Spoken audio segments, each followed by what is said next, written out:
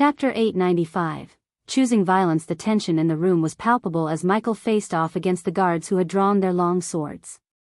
Michael had only two choices: fight or flee.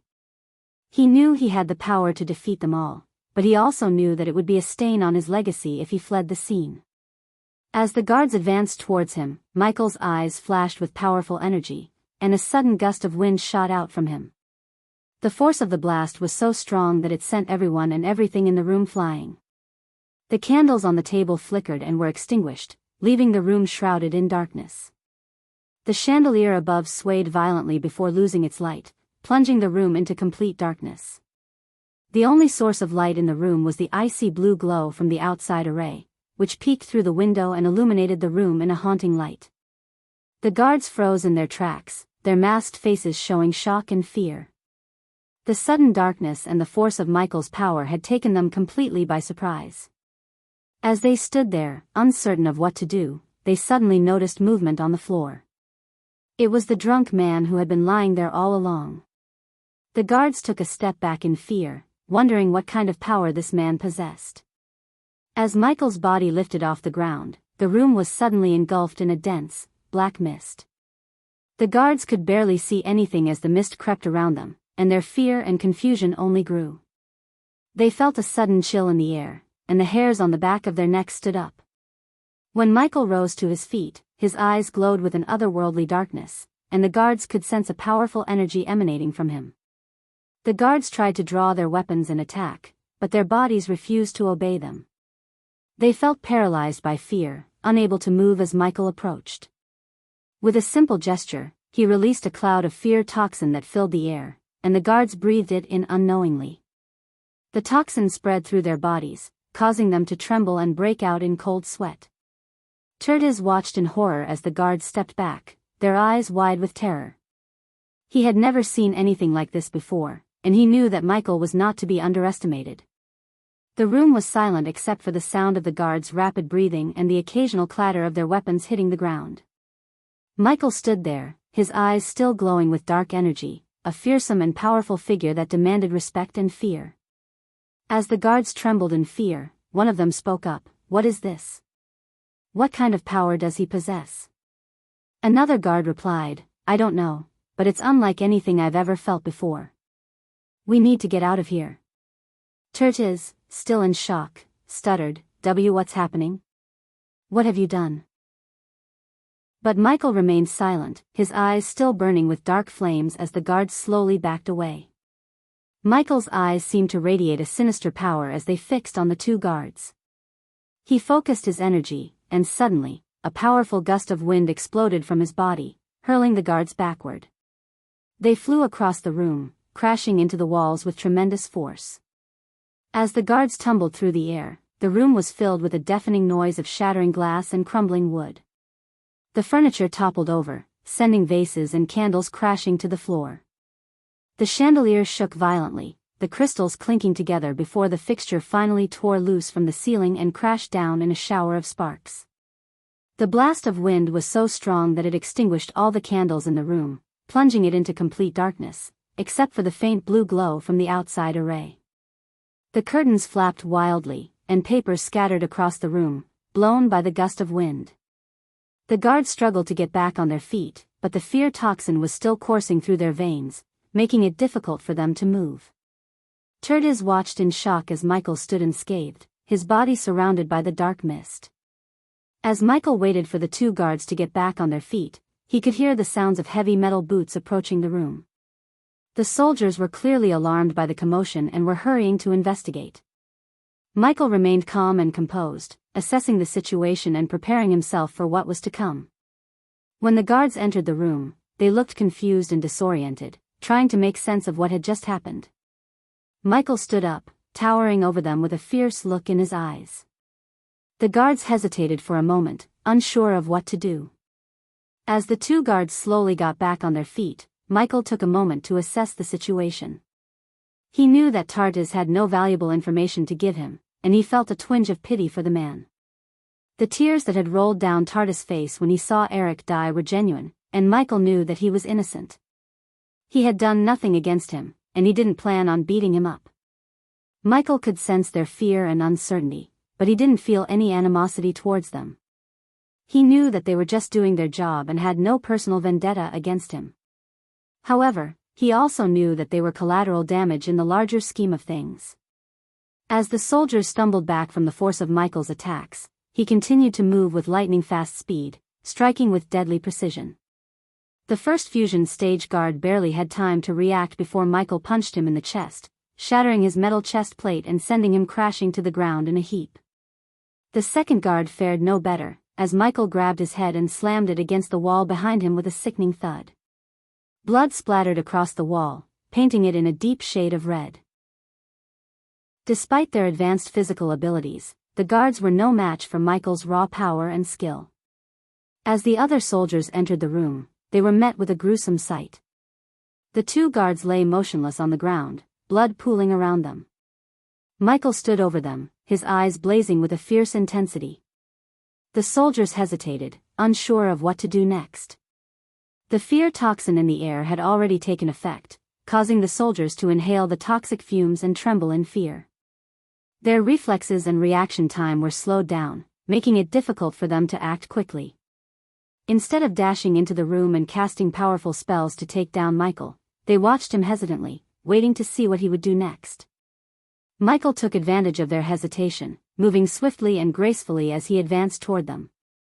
He could sense their fear and uncertainty, but he also knew that he had the upper hand.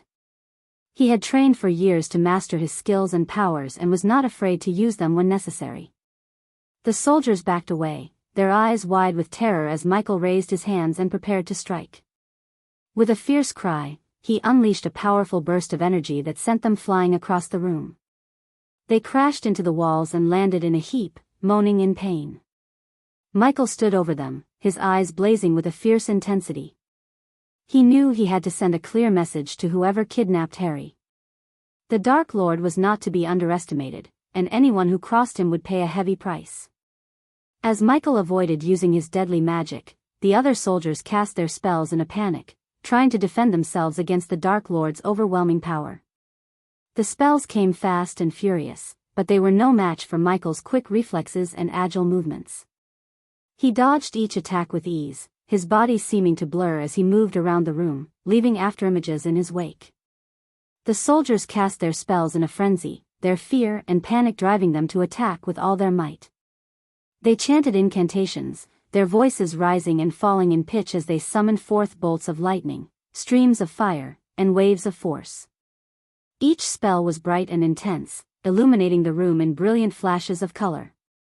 One soldier summoned a wall of ice, hoping to trap Michael within its confines, but the Dark Lord simply melted it with a flick of his wrist. Another tried to knock Michael off his feet with a blast of energy, but the spell fizzled out harmlessly as Michael dodged out of the way. Despite their efforts, the soldiers' spells seemed feeble and ineffective against Michael. His agility and reflexes were unmatched, allowing him to dodge the spells thrown his way easily. He moved around the room with a grace that was almost hypnotic, each movement fluid and precise. It was as if Michael was playing a game, teasing and toying with the soldiers, testing their skills and abilities. They were no match for him, and he knew it. His confidence grew with each passing moment, and he began to taunt the soldiers, mocking their feeble attempts to take him down. But beneath the surface, Michael was seething with rage. He knew that someone had kidnapped Harry and was determined to find out who was responsible. The soldiers were merely a distraction, a means to an end. He would take them down if he had to, but his ultimate goal was to find Harry and make whoever was responsible pay for their actions. Michael's movements were fluid and graceful, as he darted between the soldiers with incredible speed and agility. His figure was a blur as he weaved through the chaos of the room, delivering blows that shattered metal armor and sent soldiers flying. With each strike, the sound of bones snapping echoed through the air, mingling with the metallic clang of broken armor. The soldiers fought back with all their might, casting spells and swinging their weapons in a desperate attempt to take down the Dark Lord. But Michael seemed almost invincible, effortlessly dodging every attack and striking with deadly precision. The air crackled with energy as spells flew back and forth, but none of them managed to even touch Michael. "What the hell is he?" cried one of the soldiers. "Get back! Get back!" shouted another as he stumbled backward, tripping over his own feet. As Michael approached them, they screamed and begged for mercy, but he was relentless. "Please. Spare us," they cried. "He's not human. He's a monster," exclaimed a third soldier. As the battle raged on, Tertiz watched in horror as the soldiers fell one by one, their bodies battered and broken. The room was filled with the stench of blood, and the air was thick with the sounds of battle. The last soldier stumbled back, his eyes wide with fear as he saw his comrades fall one by one. He raised his hands in surrender and pleaded, "Please, spare me. I didn't want any of this. I was just following orders." The soldier could feel the immense power radiating from Michael and knew he was no match for him. He fell to his knees, trembling and crying, hoping that Michael would spare him.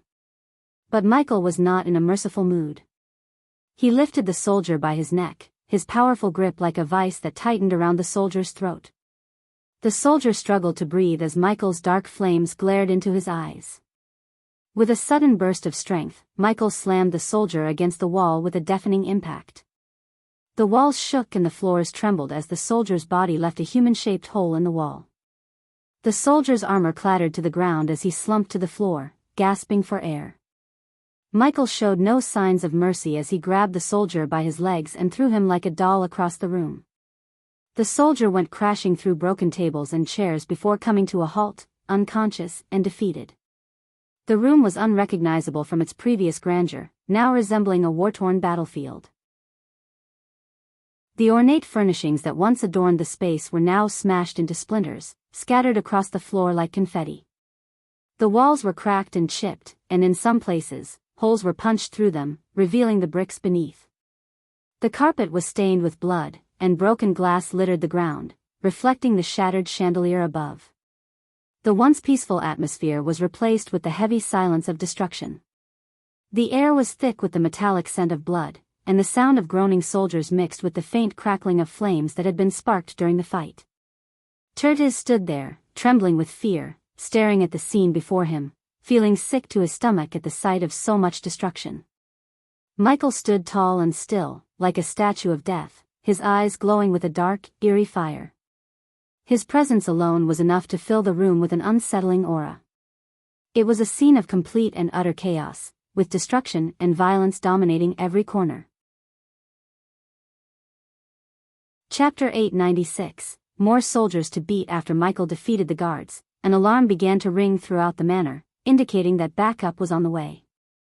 However, Michael remained calm and collected, not showing any signs of distress.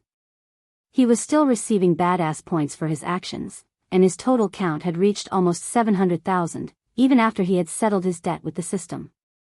The sound of the alarm ringing throughout the manor made Tertiz jump, but Michael didn't even flinch. Despite the blaring noise, he remained calm and focused. Tertiz mustered his courage and approached Michael with Eric's body in his arms. "Why did you kill him?" Tertiz asked, tears streaming down his face. He assumed Michael was responsible for Eric's death. "I didn't," Michael replied simply, his expression unreadable. Tertiz was blinded by sadness and grief, but he could detect no lies in Michael's voice. "When I'm done, you will have your uncle's murderer," Michael added before turning and leaving the room. Tertiz was left alone with Eric's lifeless body, feeling helpless and angry. He couldn't believe his uncle was gone and didn't know who to trust anymore. The manor was in chaos, with broken furniture and debris scattered everywhere. The walls and floors were cracked, and the once beautiful decor was now in shambles. The air was heavy with the scent of blood, and Tertiz felt sick to his stomach at the sight of so much carnage. He clutched Eric's body tightly, his heart heavy with sorrow. As Michael stepped outside the room, his eyes darted around the hallway, taking in the chaos that had erupted around him. Guards were rushing into the manor on the ground floor, and the sound of the alarm bells echoed through the halls. The maids and other non-combatants were scurrying away, looking for a safe area to avoid being caught in the crosshairs. Michael sensed several magical arrays getting activated, and he knew that more and more powerful beings were approaching the manor through his environmental scanning. He stood above the soldiers, his black cloak billowing behind him, and cracked his neck. Slowly, his feet lifted from the ground, and he began to hover above the soldiers. He paused for a moment, his eyes blazing with dark flames as he surveyed the room. The soldiers looked up in shock and awe as they saw the Dark Lord hovering above them, shrouded in a black mist. One soldier mustered the courage to speak up, his voice shaking with fear. Who are you?" Michael remained silent, his eyes fixed on the group of soldiers. He began to descend the hall slowly, and the soldiers prepared themselves for a fight. They had no idea what they were up against. Michael was still hiding his true power, no soldier could gauge his true strength. They all thought they could take him down, but they had no idea how sorely mistaken they were. As the roof exploded, dust and debris filled the air, making it difficult to see. The sound of the explosion echoed throughout the manor, and many of the soldiers who were still in the vicinity flinched and shielded their faces from the flying debris. When the dust finally settled, Michael slowly raised his head to see a merman descending through the hole in the roof, holding a battle axe with glowing runes. The merman's scales sparkled silver, and he appeared to be glowing from within. It was clear that he was at the half-immortal stage. Soon, more mermans flew through the hole in the roof and surrounded Michael. They were all at the fusion stage level 10, a cultivation level that was not to be underestimated. "Who are you?" the half-immortal merman demanded, his voice rough and intimidating. Michael said nothing, but crackling lightning bolts surrounded his wrist as if he was preparing for a fight. The mermans took this as a sign of aggression and prepared to strike him down. "You're outnumbered, inferior," the half-immortal merman continued. "Surrender now, and we might let you live." Despite their intimidating presence, Michael remained calm and unfazed. He knew that he had the power to take them all down, and he wasn't afraid to use them if necessary. "You're gonna let me live even after I did all this?" Michael snickered, pointing at the debris and the soldiers who were groaning inside the room. The half-immortal didn't answer Michael. Instead, he motioned for the soldiers behind him, and Michael noticed a glistening dome appear through the hole above, enveloping the manor and the area around it. The security array had been activated to prevent the intruder from escaping. However, they were unaware that their attempt to lock the intruder inside had instead trapped them with a far more dangerous and powerful foe than any they had ever faced. The darkness descended on the manor suddenly, taking everyone by surprise. The soldiers on the ground became startled, unable to see anything in the darkness. Meanwhile, the half-immortal sensed Michael's power growing rapidly. He knew something was amiss, and the darkness indicated something he had heard of in stories from the realm above them, the Dark Lord. The mermen surrounding Michael hesitated for a moment, unsure of what was happening. Michael remained calm and collected, allowing the darkness to envelop him. He knew that he had complete control over it and could use it to his advantage. The mermen started to move cautiously, their eyes scanning the darkness, looking for any sign of movement. Suddenly, a bolt of lightning illuminated the room, and the mermen saw Michael's figure hovering in the air, his eyes blazing with dark flames. The mermens gasped in shock and fear, realizing they had severely underestimated Michael's power. You're the Dark Lord," the half-immortal stuttered, his voice trembling with slight fear. Michael remained silent, his eyes fixed on the group of mermens. The lightning bolts continued to crackle around his wrist, ready to strike at any moment. The mermens prepared to strike, but Michael was already one step ahead of them. He unleashed a blast of dark energy that sent them flying in all directions. The mermens groaned in pain as they crashed into walls and furniture. "Looks like it's time for a little bit of fun," Michael said, his voice dripping with malice. The mermens looked at Michael with terror in their eyes, realizing they were no match for the Dark Lord. As the fear toxin filled the air, the mermen surrounding Michael began to feel its effects. Their eyes widened with terror, and their breathing grew shallow and rapid. Their bodies trembled with fear as they struggled to control their racing thoughts. But the half-immortal was different. He had been through countless battles and had learned to recognize the purity of the air. As soon as he inhaled the toxin, he knew something was wrong. He quickly waved his hand before his face, and a silver mask appeared, covering his nose and mouth, preventing him from breathing the toxic air. Michael, on the other hand, seemed unfazed by the toxin. He remained calm and collected, seemingly unaffected by the fear that was gripping the mermans. He flicked his wrist, and the Doombringer appeared in his hand. The battle axe glinted in the dim light, its ancient ice core spewing bone-chilling frost from its blunt head. As Michael tightened his grip on the weapon, the temperature in the manor dropped suddenly, and a layer of frost covered the walls and floors. The mermans shivered in the cold, their breaths visible in front of them. Despite their fear, the mermans knew they had to act fast. They readied their weapons and prepared to attack Michael. But Michael was already one step ahead of them. He swung the Doombringer with ease, and the icy wind that followed sent the mermans flying in all directions. They crashed into walls and furniture, groaning in pain. Michael stood in the center of the room, his eyes blazing with dark flames. He knew that the mermans were no match for him, and he reveled in the power that he held. The Doombringer hummed with energy as Michael prepared for the next wave of attacks. With a fierce determination to stop the intruder, the half-immortal charged towards Michael, his battle axe gripped tightly in his hands. He failed to notice the frost forming around the Doombringer's blunt head as Michael swung the weapon in his direction. When the two battle axes collided, sparks flew, and a deafening sound echoed throughout the manor. The ancient ice core infused within the Doombringer spewed forth a bone-chilling frost that spread throughout the room, forming a layer of ice above the soldiers on the ground. They slipped and slid on the frozen floor, struggling to maintain their balance. As the clash subsided, the half-immortal attempted to block the Doombringer's strike with his own weapon, but the sheer force of Michael's attack was too much to handle. The Doombringer's ability to summon frost added to the half-immortal's problems, as the cold air numbed his fingers, causing his grip to weaken. The impact sent shockwaves through the half-immortal's arms and body, causing him to stagger backward and crash into the wall with a resounding thud. The clash of weapons shook the manor to its core, causing debris and rubble to fall from the ceiling.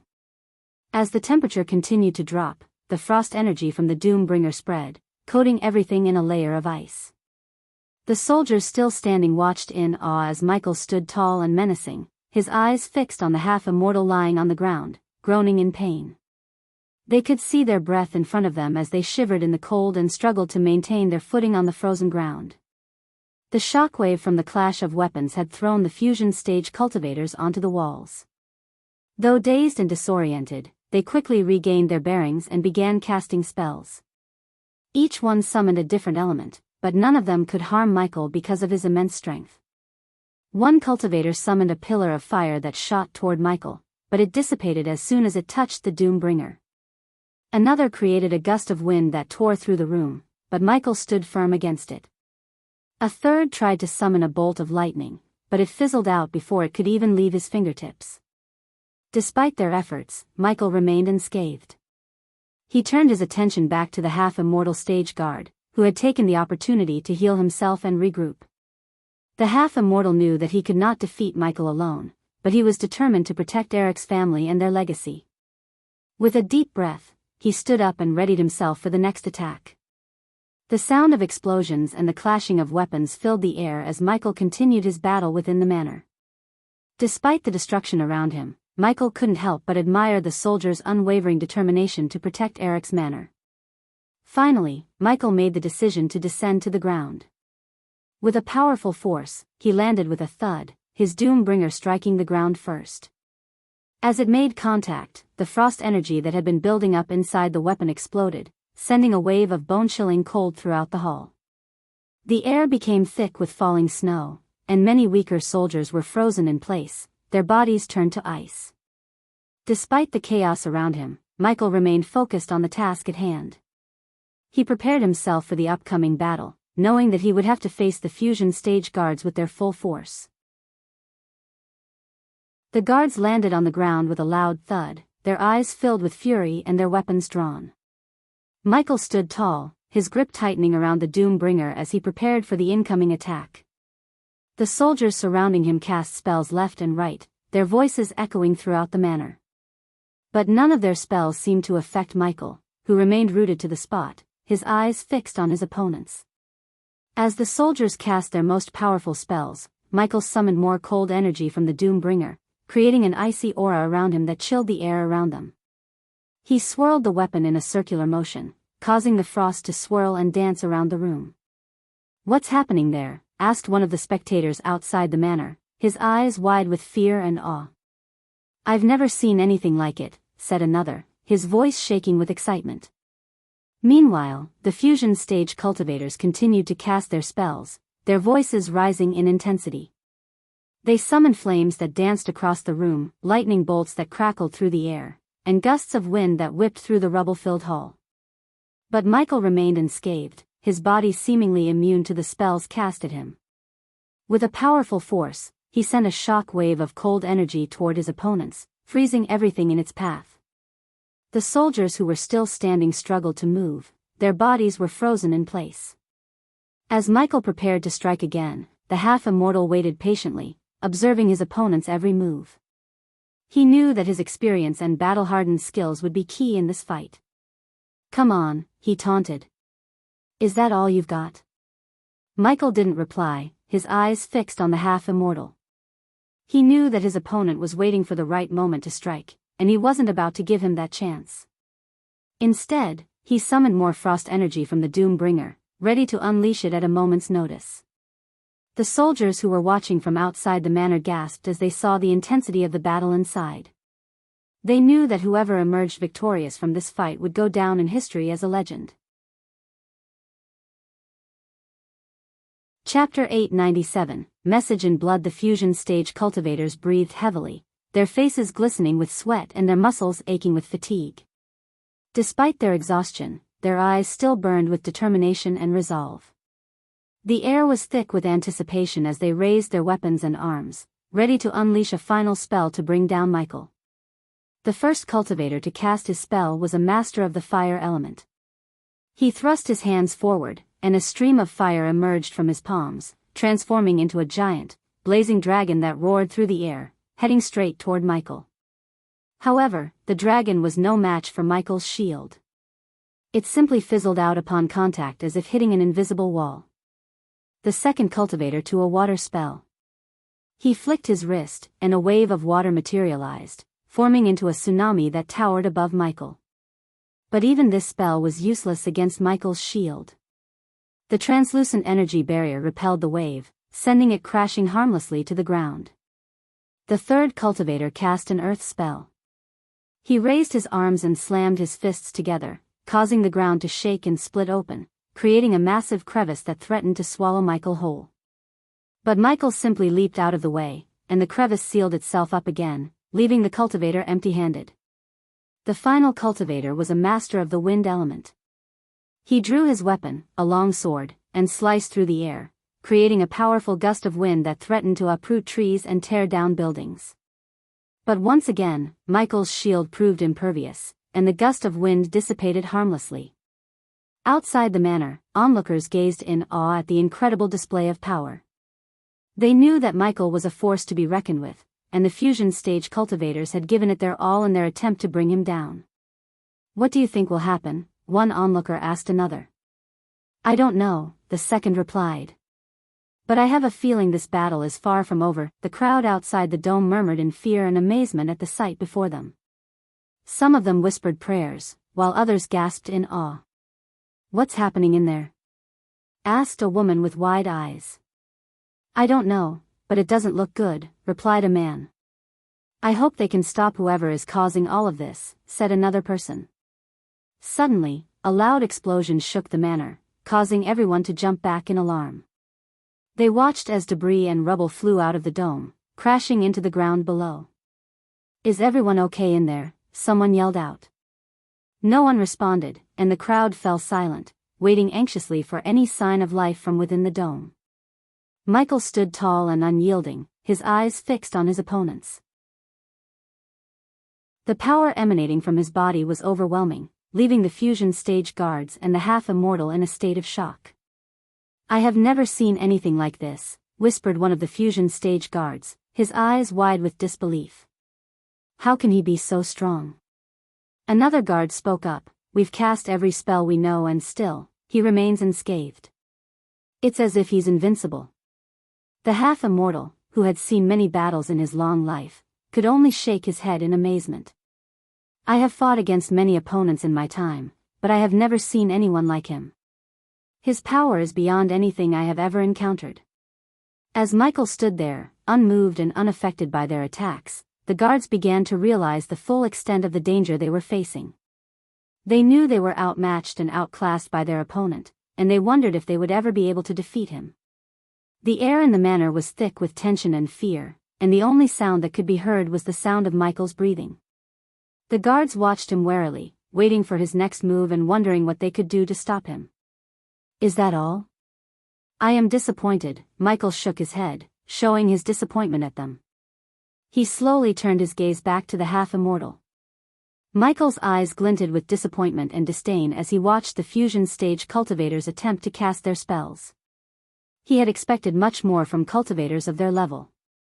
As they launched their spells towards him, the responsive shield around him easily neutralized them. Michael knew they couldn't harm him, and he was not impressed. "You disappoint me. I had hoped for more from cultivators of your level," he stated coldly. The cultivators could only stare in disbelief at the display of power before them. They were powerless against Michael, and they knew it. The darkness in the room seemed to come alive, as though it had a mind of its own, and it made them feel even more vulnerable. The half-immortal stepped forward and summoned his most powerful spell, a fiery blaze that shot towards Michael with fierce determination. But to everyone's surprise, as soon as the spell hit Michael, a strange and dark black flame erupted from his body, engulfing the half-immortal spell. The black flames seemed to have a life of their own, swirling and flickering around Michael's body before finally dissipating into the air. The half-immortal stood there, stunned and speechless. He couldn't believe what he had just witnessed. The other guards and soldiers in the room were equally shocked. They had underestimated Michael's power and now realized that they could never defeat him. Michael stepped forward, his cold eyes fixed on the half-immortal. "You have failed," he stated. "Now it's time for you to pay the price." The half-immortal tried to cast another spell, but Michael was too quick. With a swift motion, he swung the Doom-bringer, unleashing a shock wave of cold energy that froze the half-immortal in place. The other guards and soldiers could only watch in horror as Michael approached the frozen half-immortal with a cold, menacing grin on his face. The darkness in the room seemed to thicken as though it was drawn to Michael's power. The cultivators could feel its presence, and it made them feel even more powerless. They were shocked and intimidated, unable to beg for mercy as they knew there was none to be found. They were at the mercy of Michael's power, and there was nothing they could do about it. One of the cultivators spoke up, his voice shaking with fear. "I have never seen anything like this before. He is too powerful," he said, his eyes wide with disbelief. Another cultivator added, "We have underestimated him. We had no idea he was this strong." The rest of the cultivators stood there in stunned silence, their mouths hanging open as they watched Michael approach the frozen half-immortal. They knew that they were no match for him, and they felt helpless and vulnerable in his presence. "He's not an inferior," whispered one of the cultivators, his voice barely above a whisper. "He's something else entirely." The darkness in the room seemed to press in on them, and they felt as though they were suffocating under its weight. They knew that they were at the mercy of Michael's power, and they could only hope that he would spare their lives. "Now it's my turn," said Michael with a cold voice. He could sense their fear and desperation but didn't let it affect him. With a quick motion, he cracked his neck and knuckles, preparing himself for what was to come. Then, a powerful gust of wind, mixed with intense cold, shot out from Michael, sending debris flying and shattering against the walls into a million pieces. With bone-crushing force, the guards were thrown back and hit the ground hard, bouncing and rolling before finally coming to a rest in twisted and unnatural positions. The room filled with the sound of breaking bones and groans of pain as the guards lay motionless and defeated. Michael stood amidst the chaos, his cold and unfeeling eyes surveying the scene. The air was thick with the smell of blood and dust, while the darkness in the room seemed to grow thicker as if drawn to Michael's power. The once majestic manor now lay in ruins, a mere shell of its former glory. The walls were cracked and crumbling, and the roof had caved in, leaving debris and rubble scattered everywhere. Broken furniture, shattered glass, and charred wood lay strewn about, giving the scene an eerie, apocalyptic feel. The gardens that once surrounded the manor were no more. Trees were uprooted, and the flowers were trampled, leaving only mud and dirt in their wake.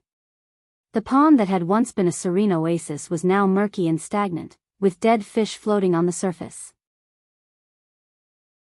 Smoke still rose from the smoldering ruins, casting an acrid odor in the air, and the only sounds were the faint creaking of loose timber and the occasional screech of a bird. The manor was now a haunted, lifeless place, a testament to the power of the battle that had taken place within its walls. Michael, however, was not yet finished. With a flick of his wrist, the darkness in the air surged forward, enveloping the unconscious fusion stage cultivators and lifting them off the ground, drawing them towards Michael. He stood before them, an imposing figure with his black cloak billowing around him. As he raised his hand, a dark sword materialized in his grip. The blade was black as night, and tiny crimson-red lightning bolts crackled around it, imbuing it with an eerie and ominous aura. The cultivators hovered in the air before him, helpless and at Michael's mercy. He surveyed them with a cold, unfeeling gaze, and then with a swift and precise motion, he cut open one of their arms with the dark sword, drawing blood. The blood dripped from the wound, staining the ground below with its dark and viscous fluid.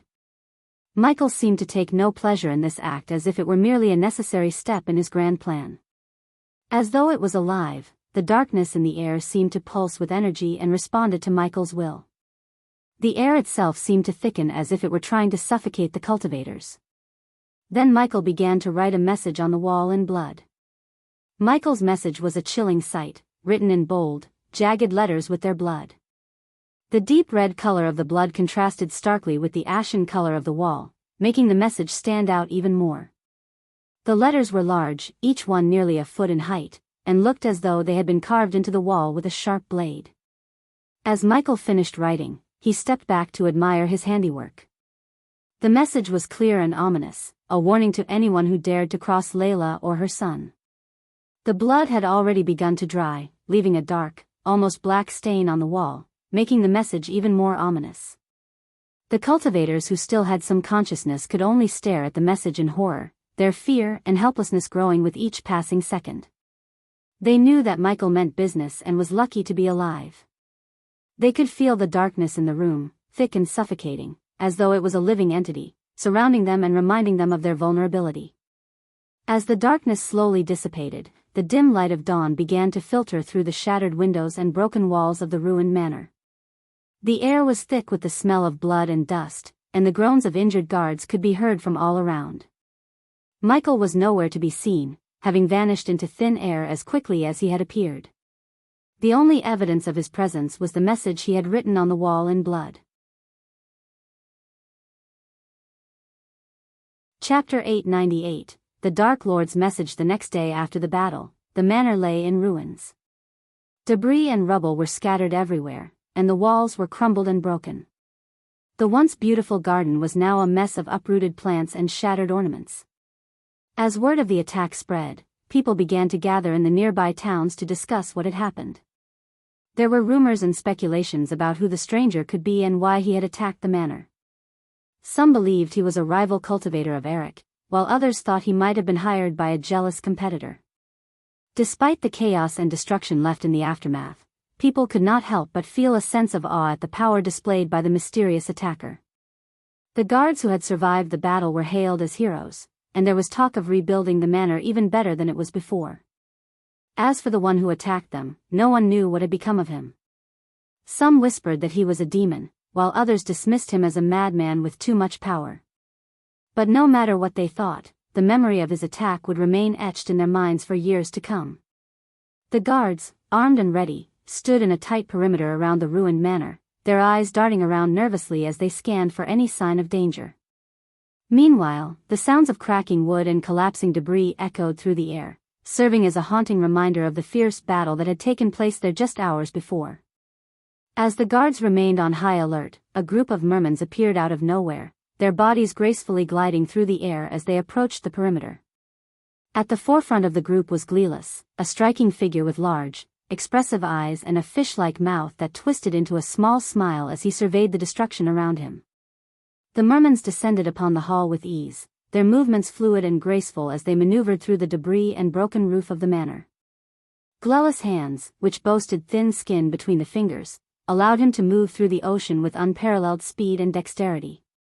He used these same abilities to navigate the chaotic scene before him. As the mermans floated through the ruins of the manor, the guards watched with a mix of curiosity and trepidation, unsure of what to make of these powerful mermen's elders who had arrived so suddenly. They whispered amongst themselves, discussing the oddity of the situation and speculating about the identity and motives of the mysterious stranger who had attacked the manor just hours before. The moment Gluel landed on the ground, his sharp eyes scanned the ruined manor, taking in the destruction that had been wrought. The wall with the ominous message in blood caught his attention, and his eyes furrowed in confusion and concern. The mermans who had accompanied Gluel shared his shocked expression, their fish-like mouths agape as they looked upon the scene before them. Slowly, Gluel floated over to the wall, studying the message written in blood with a sense of growing unease. "I know whoever took him will read this message," Gluel read aloud, his voice low and grave. "So if you are the one responsible for taking him, you have a full day to return him to where you took him. If you fail to do so, this will be only the start of the destruction that's going to fall upon your world." The mermans murmured amongst themselves, their thin-skinned fingers ringing nervously. "What does this mean?" one of them asked, looking to Gluel for answers. "It means trouble," Gluel replied, his large eyes narrowing. "This message is a threat, and whoever wrote it is not to be taken lightly." The group fell silent, the weight of the threat hanging heavily in the air. They knew they had to act quickly to find the missing spirit child and prevent further destruction from befalling their world. Gluel stood there in silence, his gaze fixed on the blood message on the wall. He couldn't believe what he was seeing. He had heard rumors about the Dark Lord's power but never expected him to be this ruthless. The mere thought of what the Dark Lord could do to their world sent shivers down Gluel's spine. He knew that the kidnapping of the spirit child was a grave mistake, but he never thought it would lead to this. As he looked around at the destroyed manor, he could see the physical and emotional damage the attack had caused. The guards were shaken, and their wounds would heal, but the trauma they had experienced would stay with them for a long time. Gluel knew that the Dark Lord could have easily killed them all, but he had left them alive as a warning. A warning to anyone who dared to cross him. The mermans who stood around Gluel were perplexed and worried about the situation. Their large eyes darted around as they tried to process the meaning of the message written in blood. They had no clue who could have done something so heinous and why they would kidnap the spirit child.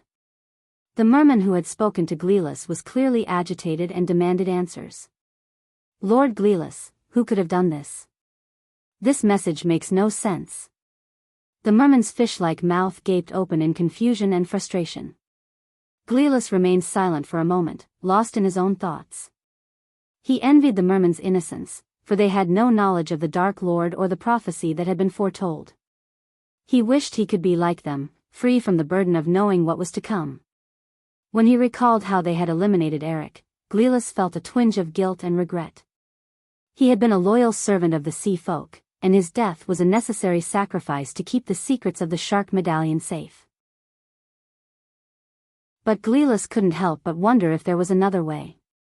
He couldn't shake off the feeling that they were becoming more like the Dark Lord in their methods. But he pushed those thoughts aside and focused on the present situation. He turned to the guard who had asked him the question and spoke in a serious tone. "We don't know who the attacker is yet, but we must find him before it's too late. And we must be careful not to jump to conclusions or make assumptions." As Gluel and his men were investigating the manor, another group arrived at the scene. But this time, they weren't mermans but wraiths. Gluel quickly identified them, despite their shape-shifting abilities, as their distinct features gave them away. The wraiths had long, sleek bodies that seemed to move with a fluid grace. Their eyes were large and unblinking, and their skin had a slight iridescent sheen that shimmered in the light. Among the group of wraiths stood a sturdy man with a muscular body, a thick beard, and long black hair. He wore luxurious robes that were embroidered with intricate designs and radiated a powerful aura, making it clear that he was a leader among the wraiths. Mutrad was also present among the wraiths, standing slightly behind their leader. Mutrad stood amidst the ruins, his mind racing as he took in the devastation before him. Memories of the destroyed Ithilien island flooded his thoughts, and he felt a chill run down his spine. He had joined forces with the Dark Lord to prevent his own world from suffering a similar fate, but now it seemed like that fate might be inevitable. The fear that gripped Mutrad was palpable. His hands trembled as he tried to steady himself, and his heart felt like it was about to burst out of his chest. He had never felt this level of dread before. The thought of the Dark Lord turning his wrath towards his own world was almost too much to bear. As he surveyed the scene, he couldn't help but wonder who had taken the spirit child. Was it someone from his world? If so, the consequences would be catastrophic. The Dark Lord would stop at nothing to find the child, and those who stood in his way would face unimaginable horrors. Mutrad knew that he had to act fast. He needed to find out who was responsible for this before it was too late. But even as he made plans in his mind, he couldn't shake the feeling of shock and terror that had taken hold of him. Gleelis surveyed Valen with a stern expression, his eyes probing the other man's intentions. Valen, a tall man with a sharp jawline and piercing blue eyes, held his gaze steady. As Gleelis and Valen stood facing each other, the atmosphere was tense. Valen's posture was rigid, his expression inscrutable, while Gleelis' face was etched with anger, his voice dripping with iciness. "What gives you the right to be here?" Gleelis demanded, his eyes flashing. "You know this is Merman territory." Valen's voice was even, betraying no emotion. "I'm here to investigate the attack, just like you. And we both know who's responsible." As Gleelis saw Valen, a member of the House of Halrid, he felt a wave of contempt and hostility wash over him. He had always harbored a deep-seated hatred for the members of Halrid, and Valen's presence only served to reinforce those feelings. But as he took in the destruction around them and the message scrawled in blood, his anger was momentarily replaced by a sense of fear and urgency. Valen, on the other hand, remained calm and composed. He knew that the members of Gladrath and Halrid had a long-standing feud, but he had put his loyalty to his house aside in the face of a greater threat. He was focused on finding the one responsible for the destruction and stopping them before it was too late.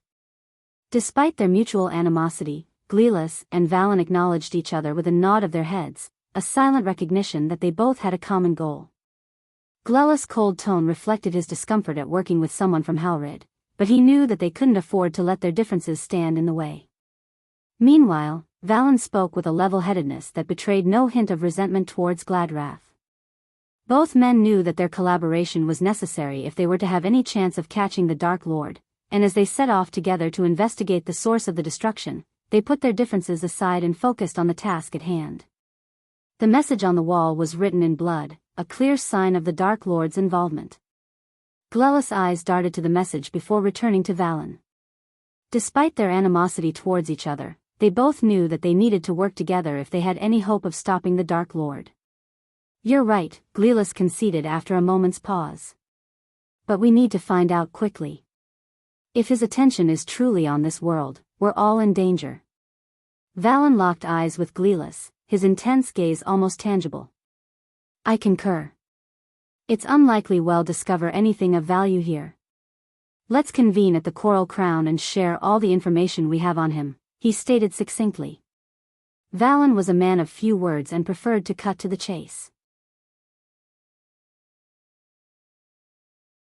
Chapter 899. The Missing Emerald Scepter. Valen's meeting with Gleelis was intense, with both men exchanging information about the Dark Lord. Valen revealed that his family had learned that the Dark Lord was responsible for slaughtering hundreds of soldiers during his war with Ithlin, leaving Gleelis feeling uneasy about the task ahead. After their conversation, Valen made his way back to the Empire of Arctic Hall. Just like the city of Serpent Hall, Arctic Hall was a glistening underwater city that sparkled like a diamond in the depths of the sea. The city was composed of towering spires and elegant domed buildings that rose out of the ocean floor, each one more exquisite than the last. As Valen made his way back to the city, the energy shield surrounding it slowly began to dim, revealing the bustling metropolis within. The streets were alive with the sounds of wraiths, the primary residents of Arctic Hall, as they went about their daily business. The glow of the city's lights cast a warm, inviting glow across the ocean floor, drawing Valen ever closer to his destination. The architecture of Arctic Hall was breathtaking, with each building more impressive than the last. The wraiths who lived there had created a city that was truly awe-inspiring in its beauty and majesty. As Valen passed through the city shield, he was greeted by the sight of wraiths bustling about their daily routines. Some of them floated effortlessly above the ground, their shimmering forms almost ethereal in the glow of the city's lights, while others walked upright on 2 feet, their skin bearing a translucent quality that shone in the light. Despite the impressive surroundings, Valen's thoughts remained on the task ahead. He knew that the Dark Lord posed a grave threat to the peace and prosperity of their world and that they needed to act quickly to prevent any further damage. As he made his way back to the compound of the House of Halrid, Valen's mind was racing, trying to formulate a plan of action that would allow them to apprehend the Dark Lord before it was too late. The grand compound of the House of Halrid was a sprawling estate that spanned a vast expanse of the ocean floor. The compound was built on a series of elevated platforms, connected by a network of walkways and bridges that arced gracefully over the shimmering waters below. Each platform was adorned with elegant towers, grand halls, and intricate gardens that added to the estate's grandeur. As one approached the compound, the first thing that caught the eye was the massive gate that guarded the entrance.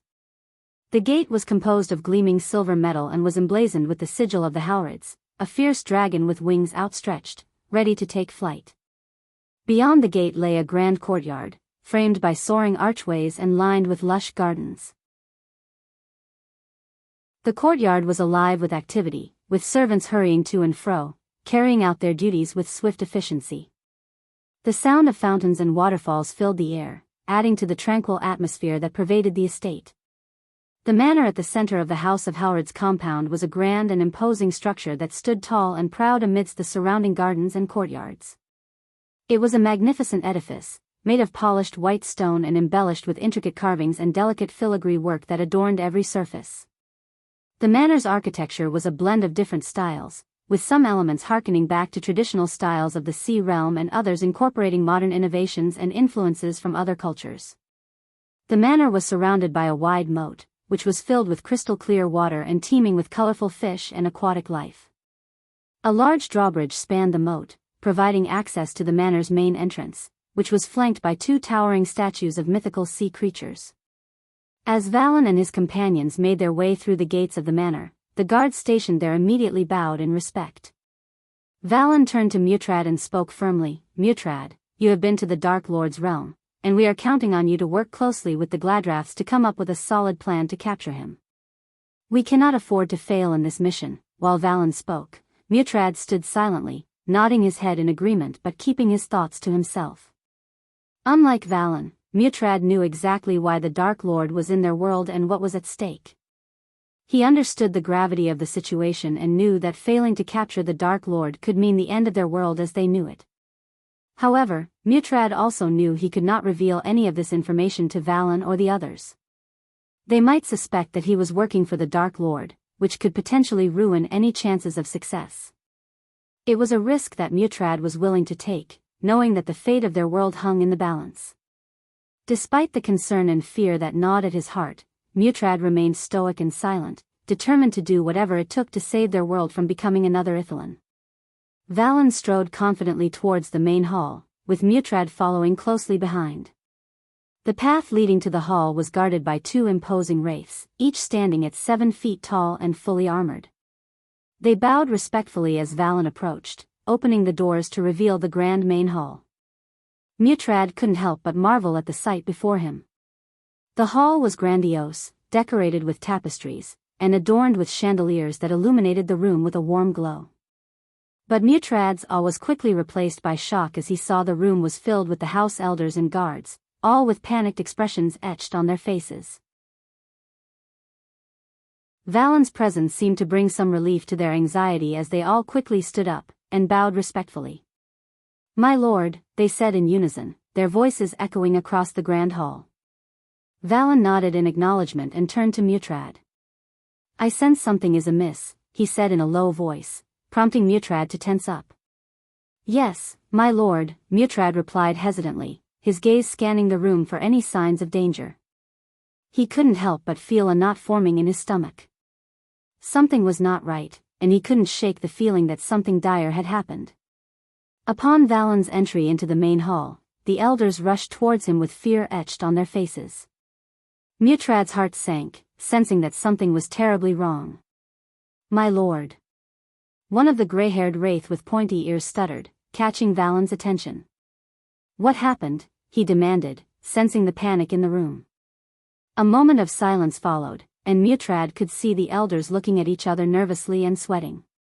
Valen's impatience grew, and he could feel the anger starting to boil within him. The pointy-eared elder finally found the courage to answer. "My lord, the emerald scepter, it's gone," the elder stuttered. Mutrad couldn't believe what he had just heard. He watched as Valen's anger quickly turned to shock, and he darted towards the elder. He grabbed him by the neck, and a powerful aura shot out of him, almost knocking everyone down to the ground.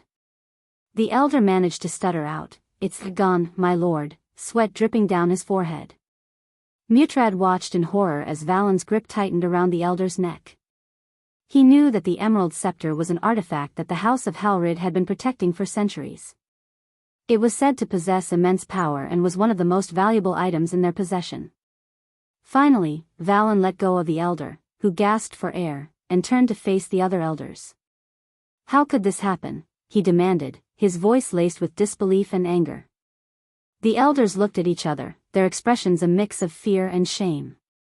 "We don't know, my lord," one of them finally spoke up. It was there one moment, and the next, it was gone. The atmosphere in the grand hall was thick with tension and disbelief as the news of the Emerald Scepter's disappearance sank in, with everyone standing in stunned silence, their faces etched with shock and disbelief. The Emerald Scepter was not just any artifact, it was one of 3 artifacts that had been forged when the Arctic Hall was created. Each of the 3 houses, the House of Halrid, the House of Gladrath, and the House of Big Mag, had been entrusted with one artifact, making them an integral part of the Arctic Hall. But now, with the Emerald Scepter missing, the House of Halrid's position in the Arctic Hall was in jeopardy. If they were unable to recover the artifact, they could face exile and the wrath of the higher elders of the Arctic Hall. The consequences of their failure were dire, and everyone in the room knew it. The weight of the situation hung heavy in the air as Valen looked around the room, his expression a mix of disbelief and anger. He had always known the importance of the Emerald Scepter, but now the gravity of its loss was sinking in. "How could this happen?" Valen demanded, his voice laced with frustration and disbelief. No one had an answer. The elders looked at each other nervously, their faces paling at the thought of the repercussions of their failure. Mutrad couldn't help but feel a sense of despair wash over him. They needed to find the artifact and quickly, or the House of Halrid and the Arctic Hall would be in jeopardy. The atmosphere in the Grand Hall was thick with tension and disbelief as the news of the Emerald Scepter's disappearance sank in. The artifact was not only a powerful item that the House of Halrid had been safeguarding for generations, but it was also an integral part of Arctic Hall's existence. Mutrad knew the gravity of the situation as he watched the elders and guards exchange glances of shock and horror. The Emerald Scepter was one of 3 artifacts that were forged when Arctic Hall was created. Each of the 3 ruling houses, House of Halrid, House of Gladrath, and House of Big Mag, was entrusted with one artifact, and together they symbolized the unbreakable bond between the 3 houses that made up the great underwater city. Losing the Emerald Scepter not only meant losing a valuable and powerful artifact, but it also meant jeopardizing the House of Halrid's place in the Arctic Hall. The thought of being exiled from Arctic Hall and facing the wrath of the higher elders was enough to make Mutrad's blood run cold. The loss of the Emerald Scepter was a grave matter that required immediate action. He could see Valen's mind racing as he tried to figure out what had happened and who could have taken it. Mutrad knew that finding the artifact was crucial not only for the House of Halrid but for the entire Arctic Hall. Valen's voice was still fragile as he spoke. "I need to see it with my own eyes." He walked through the crowd of stunned elders and guards, making his way to the end of the Grand Hall. There, he faced a wall of glass that looked out into an empty ocean void of any life forms. Valen placed his hand on the glass, and magical runes glowed as a golden bubble appeared in the empty ocean. As he stared at the empty bubble, Valen couldn't help but shiver. The bubble was supposed to contain the Emerald Scepter, one of the most powerful artifacts the House of Halrid had been protecting for centuries. It was hard to believe that it was gone. Valen examined the area around the bubble, and his eyes widened in shock. Powerful arrays and runes were placed all around the bubble, and a giant was guarding it. How could someone have stolen the Emerald Scepter with all of these protections in place? Valen turned to face the elders, his voice laced with anger and disbelief. How could this happen? Who is responsible for this? He demanded. The elders looked at each other, their expressions filled with fear and uncertainty. None of them could provide an answer. The Emerald Scepter was not only a valuable artifact, but it was also a symbol of their connection to the Arctic Hall. Losing it could mean being exiled from the hall and facing the wrath of the higher elders. Valen's shock was quickly replaced by an overwhelming fury, and he slammed his fist into the glass with a force that nearly shattered it into pieces. The room was filled with a deafening crack, and everyone could feel the vibrations pulsating through the air. The elders were frozen in fear, not daring to move as Valen's murderous aura engulfed the room. The air was thick with tension, and even breathing felt like a difficult task under the weight of his anger. As Valen turned to face the elders, his eyes blazed with fury, and his voice was low and menacing. Whoever is responsible for this will face the full wrath of the House of Halrid, he growled, his words like a death sentence. The elders trembled, many of them dropping to their knees as if an invisible mountain had just fallen on their shoulders. They knew that Valen's wrath was not to be taken lightly, and the consequences of losing the Emerald Scepter could be dire for them all. The silence in the hall was finally broken by one of the elders. "My lord, it must be the Dark Lord," he said, his voice quivering with fear. The others nodded in agreement, their faces filled with dread. Before Valen had arrived, they had all come to the conclusion that the Dark Lord was responsible for taking the scepter. After all, he was known for his desire for power and his disregard for the lives of others. But to Mutrad, it didn't add up. He couldn't shake the feeling that this was not the work of the Dark Lord. The Dark Lord was here to find the spirit child and had no reason to take their artifact. He had no interest in the power the scepter held. "My lord," Mutrad spoke up, drawing Valen's attention. "With all due respect, I don't think it was the Dark Lord." Mutrad had to speak up and stop the elders and Valen from pursuing the Dark Lord. Mutrad felt a sense of urgency as he watched Valen and the elders jump to the conclusion that the Dark Lord was responsible for the theft of the Emerald Scepter. Despite Valen's order to work with the Gladrath to find the Dark Lord, Mutrad knew that revealing the Dark Lord's true mission could have disastrous consequences. If the entire House of Halrid believed that the Dark Lord was the culprit and pursued him without investigating the actual thief, it would lead to chaos and destruction. Mutrad knew he had to speak up and stop them from making a costly mistake. The other elders looked at Mutrad with surprise and disbelief. "What do you mean?" one of them asked. Without paying heed to the panicking elder, Mutrad held Valen's gaze firmly. "My lord, consider this," he began, his voice low and measured. "The Dark Lord left a message in blood, indicating that he's here to search for someone. If that's the case, why would he risk stealing the scepter without even knowing if it's the item he needs? Moreover, the location of the scepter was only known to a handful of people, including us. It simply doesn't make sense." Valen's expression softened slightly as he pondered over Mutrad's words. It was true that the Dark Lord's actions seemed inconsistent with his goal. But who else could have taken the scepter?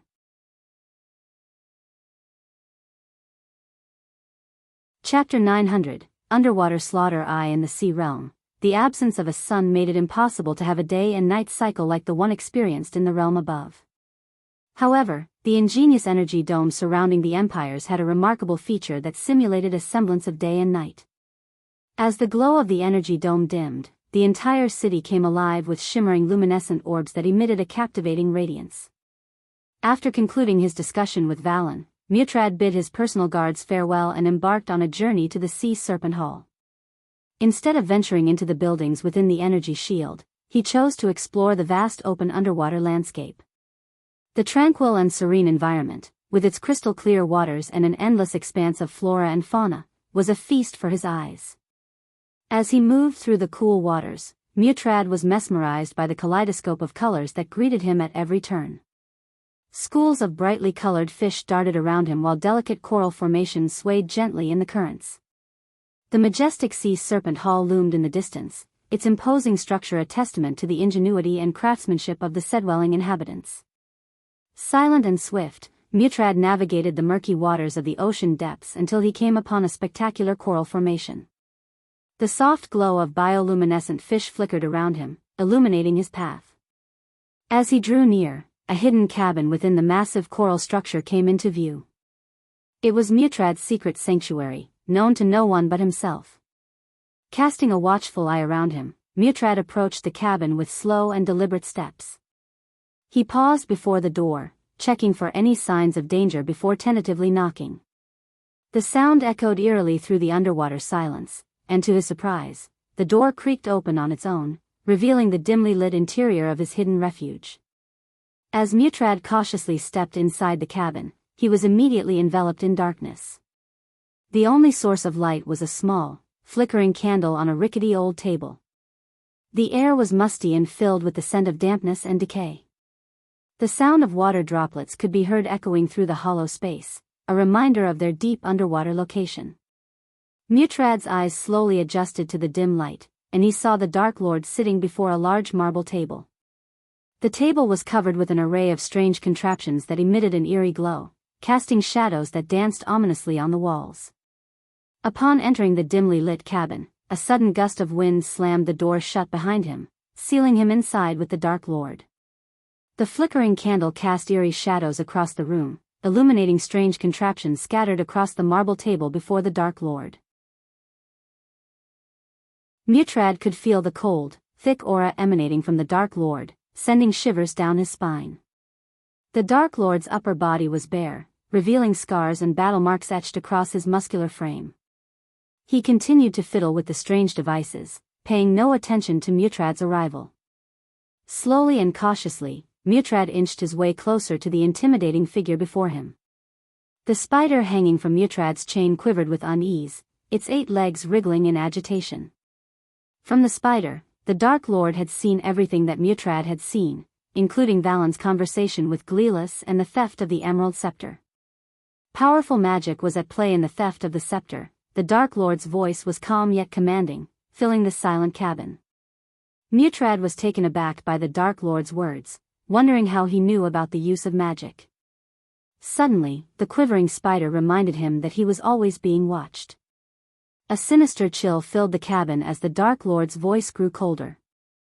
The flickering candles intensified, casting a haunting glow across the room as strange, thick darkness enveloped them.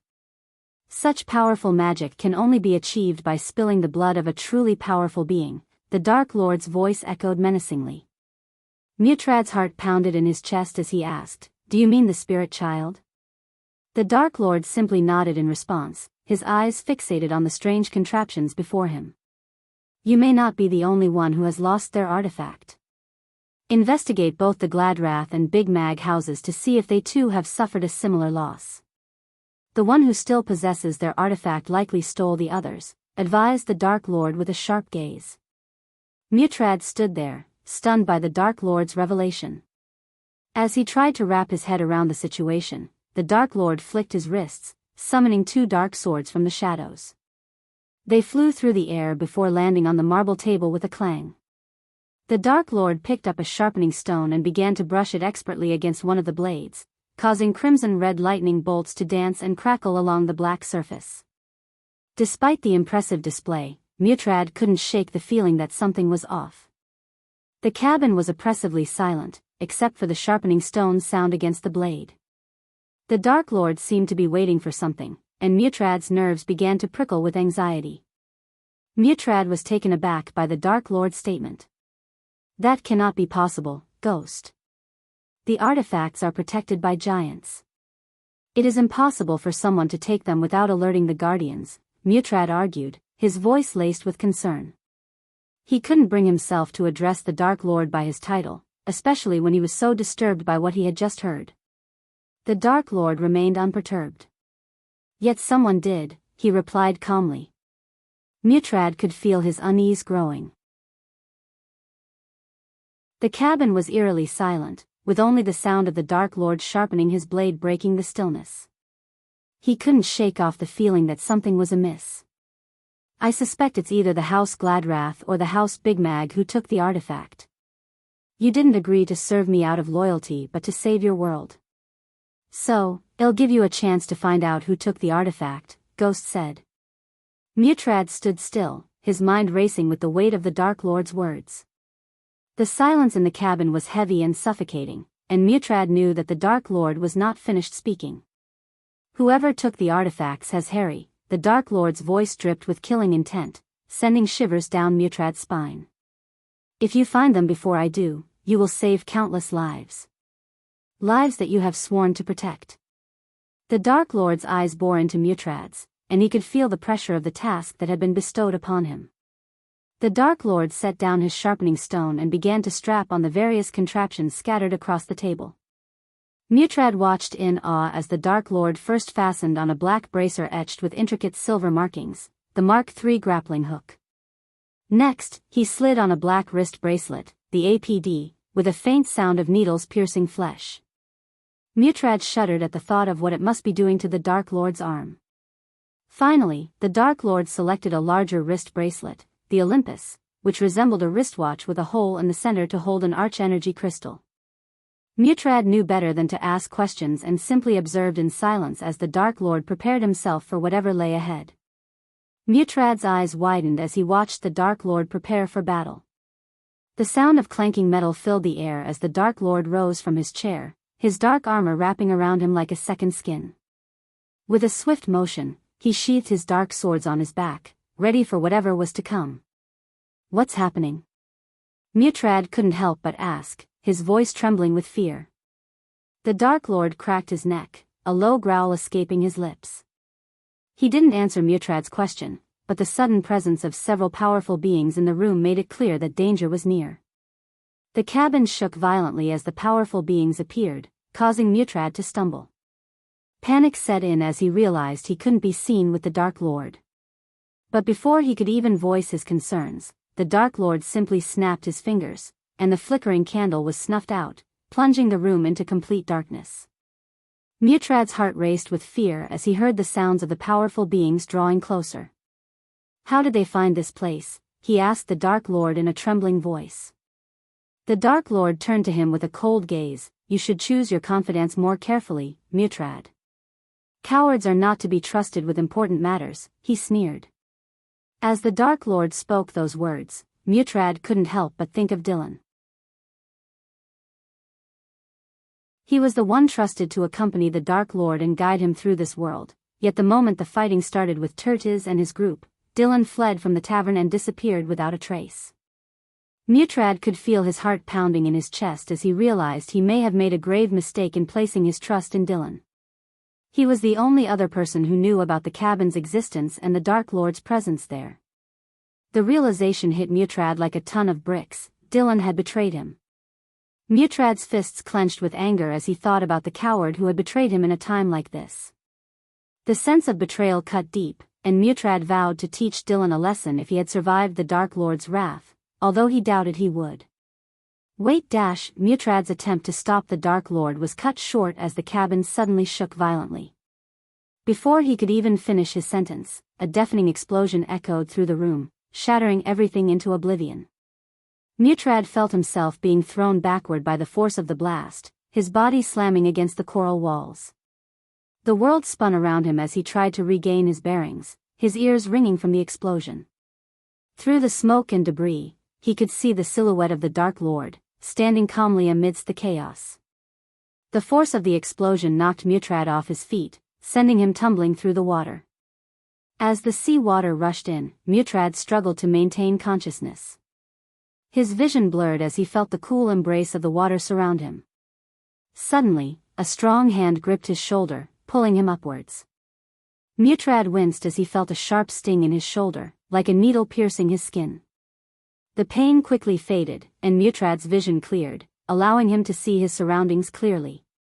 Mutrad's vision slowly cleared as he found himself floating beside the Dark Lord in the midst of the dark, endless sea. He realized with a start that a crimson-red, translucent shield surrounded them, protecting them from the crushing pressure of the deep waters. The shield shimmered with a pulsating energy, creating an eerie glow that illuminated their surroundings. Mutrad couldn't help but feel a sense of awe mixed with fear as he gazed upon the shield's power, wondering how the Dark Lord managed to create such a powerful spell. As Mutrad gazed out through the crimson shield, his heart sank at the sight that greeted him. Dark, ominous figures shrouded in a thick, black mist floated menacingly in the water around them. The mist was so thick that Mutrad couldn't see their faces or even determine their race. Amidst them, he spotted 3 individuals whose aura radiated an immense and sinister power, indicating that they were at the pinnacle of the immortal stage. Their eyes burned with a fierce intensity, and their bodies rippled with otherworldly energy that made the water around them churn and boil. The group's sheer power and malevolent intent were palpable, sending shivers down Mutrad's spine.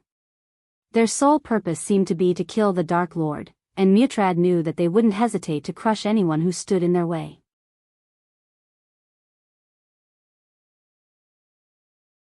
Chapter 901 Underwater Slaughter. Mutrad strained his ears to listen to the whispers of the figures looming outside the protective barrier, their voices like the hissing of serpents in the darkness. He couldn't make out their features, but the way they spoke made his scales prickle with unease. These were no ordinary beings, and their intentions were clear: to slay the Dark Lord and anyone else who dared to stand in their way.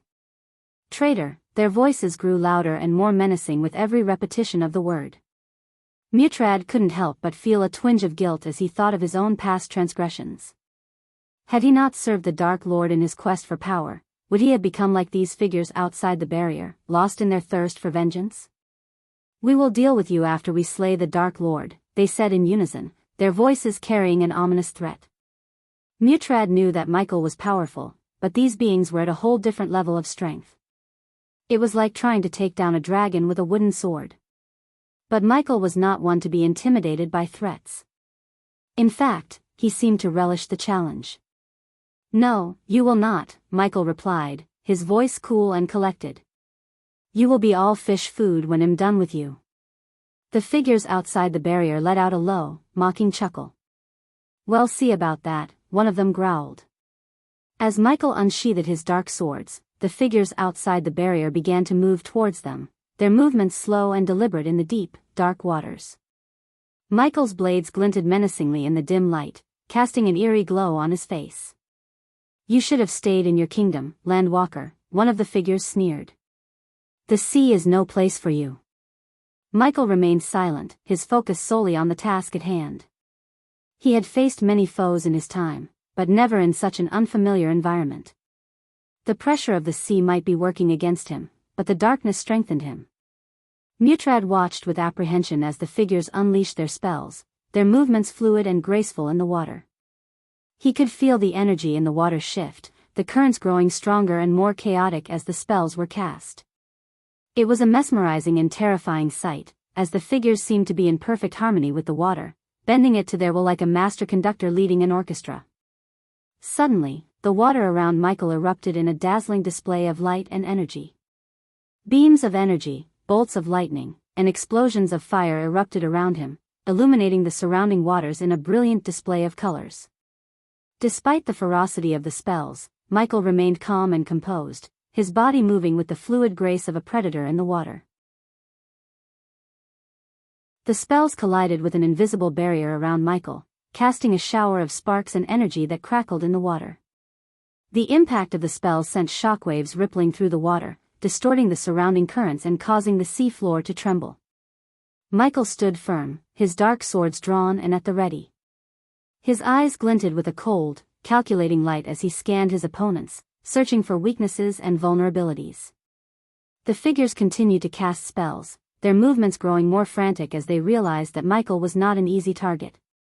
The onslaught of spells from the black mist figures was relentless. The responsive shield struggled to hold up against the powerful magical attacks, and Mutrad watched in horror as cracks spiderwebbed across its surface. But just when it seemed like the shield was about to shatter into a million pieces, Michael acted. With a wave of his hand, Michael unleashed the death range, and the world around them was plunged into darkness.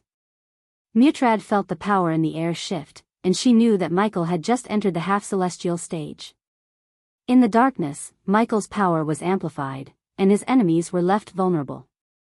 The cracks in the shield rapidly disappeared as Michael channeled his newfound strength, and the black mist figures were momentarily caught off guard.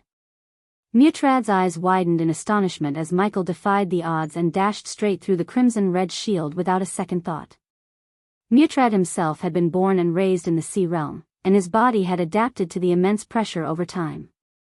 However, even he knew that the deepest parts of the sea realm were impossible to survive without proper preparation.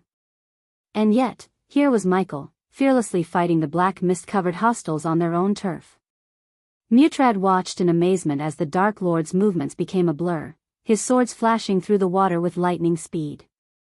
The pressure of the water seemed to have no effect on him as he weaved in and out of his opponent's attacks. As the black mist-covered hostiles cast their spells at Michael, Mutrad watched in awe as the spells took shape in the water. One of them cast a spell that created a whirlpool of bubbles that rushed toward Michael, trying to ensnare him. Another cast a spell that created a stream of water spears that shot toward Michael with deadly precision. Yet another created a massive wave that crashed down toward Michael, threatening to engulf him. But Michael was ready for them. With a swift movement, he unsheathed his dark swords and sliced through the spells with ease. The whirlpool of bubbles dissipated as his swords cut through it. The water spears shattered into harmless droplets as his swords passed through them. And the massive wave split in two as his swords carved a path through it. The spells cast by the hostiles were specifically designed for underwater battles. The bubbles in the whirlpool created a disturbance in the water that made it difficult for Michael to move. The water spears were perfect for piercing through the water and hitting a moving target, while the wave was meant to be an overwhelming force that could crush any opponent. Despite the formidable nature of the spells, Michael was able to cut through them with ease. His dark swords were specially designed to cut through anything, including spell or magic, and he had honed his skills to perfection. When Michael wielded the dark swords, they emitted a menacing glow that illuminated the dark waters. The swords were encased in a fierce aura of crimson-red lightning, crackling and surging around them like miniature bolts of energy. Michael deftly sliced through the spells cast by his opponents while the lightning around the swords intensified, illuminating the area around him with flashes of red light. The water around him seemed to distort and warp in the wake of the sword's movements, as though the energy of the lightning was warping the very fabric of reality. The dark swords themselves appeared almost alive in Michael's hands, writhing and twisting as though they were eager to slice through anything in their path. Their edges were razor-sharp, glinting ominously in the red light of the lightning surrounding them. Michael cut through the spells cast by his opponents with ease, as if he and the dark swords were one, moving in perfect unison to slice through the threatening magic. His opponent's powerful spells had no effect on him as he remained unfazed, confident, and skillfully maneuvering through the underwater battle. The spells cast by Michael's opponents created brilliant flashes of light that illuminated the surrounding waters. Still, they were no match for the all-encompassing darkness that blanketed the ocean depths. In fact, the more the light shone, the more the darkness seemed to grow, as if it were feeding off the energy released by the spells. And as the darkness intensified, so did Michael's power. His body seemed to absorb the darkness like a sponge, and with each passing moment, he became more formidable, more invincible. It was as if the darkness was a part of him, empowering him to effortlessly slice through the spells that threatened him and the dark swords that crackled with crimson-red lightning. After effortlessly cutting through the spells, Michael locked his intense gaze on one of the half-immortals among the group. His eyes began to glow with a fierce intensity, as he summoned a dark energy from within. The energy flowed through his body and concentrated in his eyes, which then emitted two laser-like black beams that shot through the water with incredible speed. The beams were so powerful that they vaporized the surrounding water, creating a momentary cloud of steam, and penetrated the figure through the black mist. The half-immortal screamed in agony as the beams burned through their body, leaving the half-immortal in pure agony. The half-immortal's screams of pain echoed through the water, but it was abruptly silenced as Michael dashed towards him. The black mist surrounding the figure did nothing to slow Michael down as he swung his dark swords with deadly precision. The sword sliced through the water with ease, leaving behind a trail of crackling red lightning. In a split second, Michael's swords made contact with the half-immortal's neck. The blades cut through the water and through the figure's neck like a hot knife through butter, sending his head flying off his shoulders. The surrounding water turned red as blood mixed with the ocean, creating an eerie atmosphere. Michael stood there, his body pulsing with power, as he watched the half-immortal's headless body drift away. The other figures watched in shock and fear, realizing that they were facing a truly formidable opponent. Ding!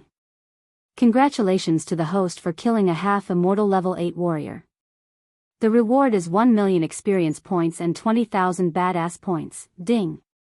Congratulations to the host for successfully being a badass.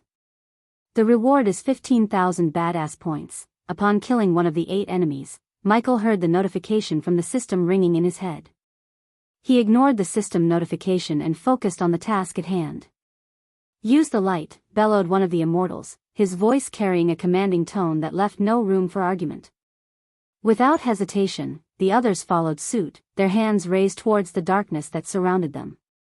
Suddenly, a brilliant orb of light materialized, pulsating with an intensity that made Mutrad squint and close his eyes.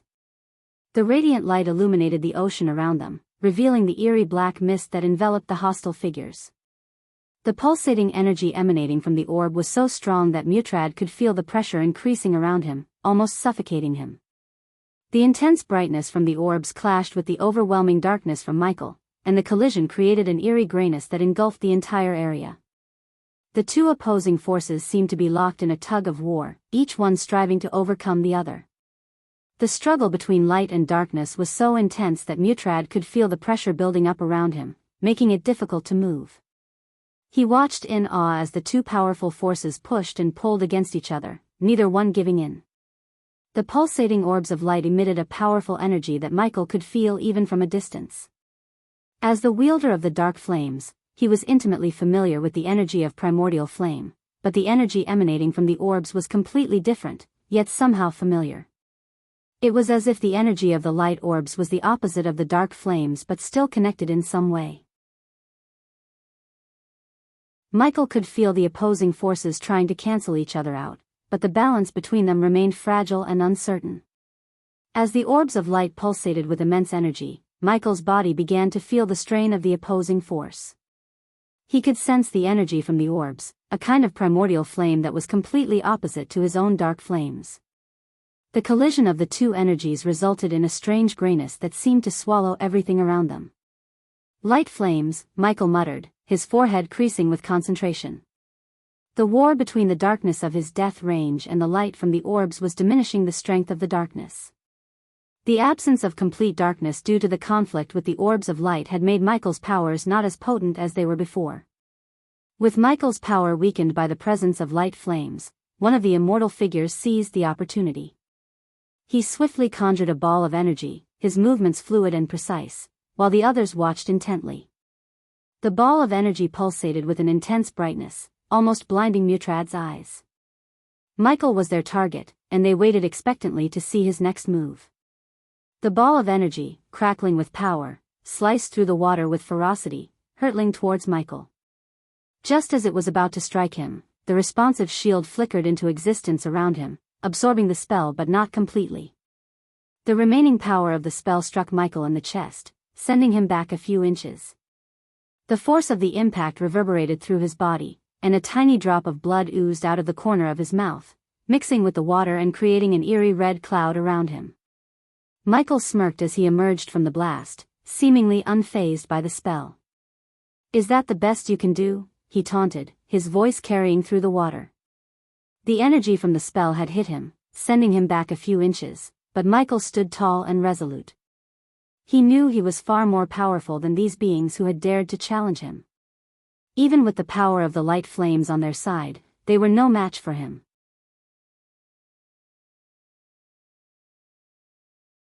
Chapter 902 Underwater Slaughter. The figures shrouded in mist noticed the impact of their light flames orbs on Michael's power and seized the opportunity to strike him with a barrage of spells. The first one was a beam of concentrated light that shot toward Michael like a bolt of lightning. As it hit the responsive shield around him, the beam dispersed into a shower of glowing particles that fizzled out harmlessly. Next, one of the immortals cast a spell that conjured up a whirlpool of swirling water around Michael. The current became stronger, but Michael remained unfazed, his dark swords cutting through the water with ease. Another figure raised his hand and summoned a cluster of sharp icicles, which hurtled toward Michael at a frightening speed. Michael twirled the dark swords in his hands, cutting through the icicles before they could reach him, sending shards of ice scattering around him. A fourth figure shot a stream of pressurized water toward Michael, hoping to disorient him, but it merely brushed past him without any effect.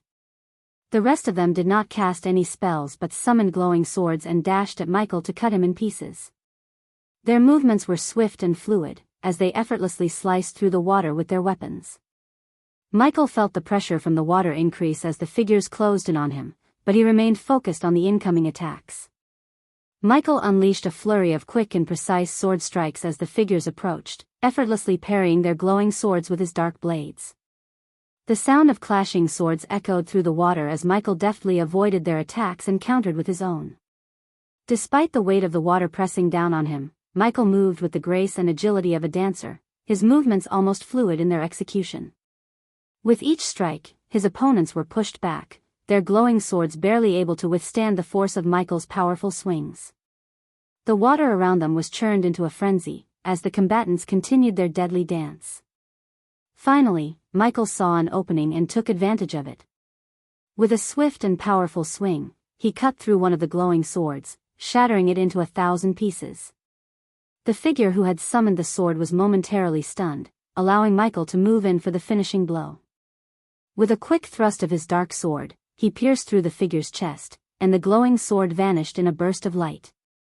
As the other figures realized their glowing swords were no match for Michael, they quickly retreated, disappearing into the murky waters to strategize their next move. One of the immortals, however, refused to back down.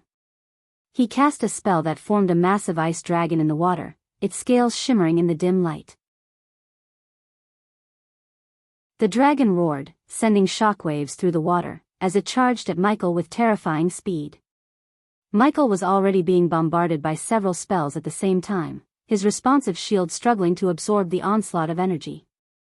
As the water dragon approached, Michael raised his dark swords, ready to face the beast head-on. But the dragon was too powerful for the shield to handle, and it shattered on impact as the dragon sank its razor-sharp teeth into Michael's shoulder and chest. Blood gushed from Michael's wounds, mixing with the water and turning it a deep red. Despite the pain and the loss of his shield, Michael remained unfazed. He swung his dark swords with precision, cutting through the dragon's scales with ease. The dragon let out a deafening roar as it recoiled, its body disintegrating into nothingness.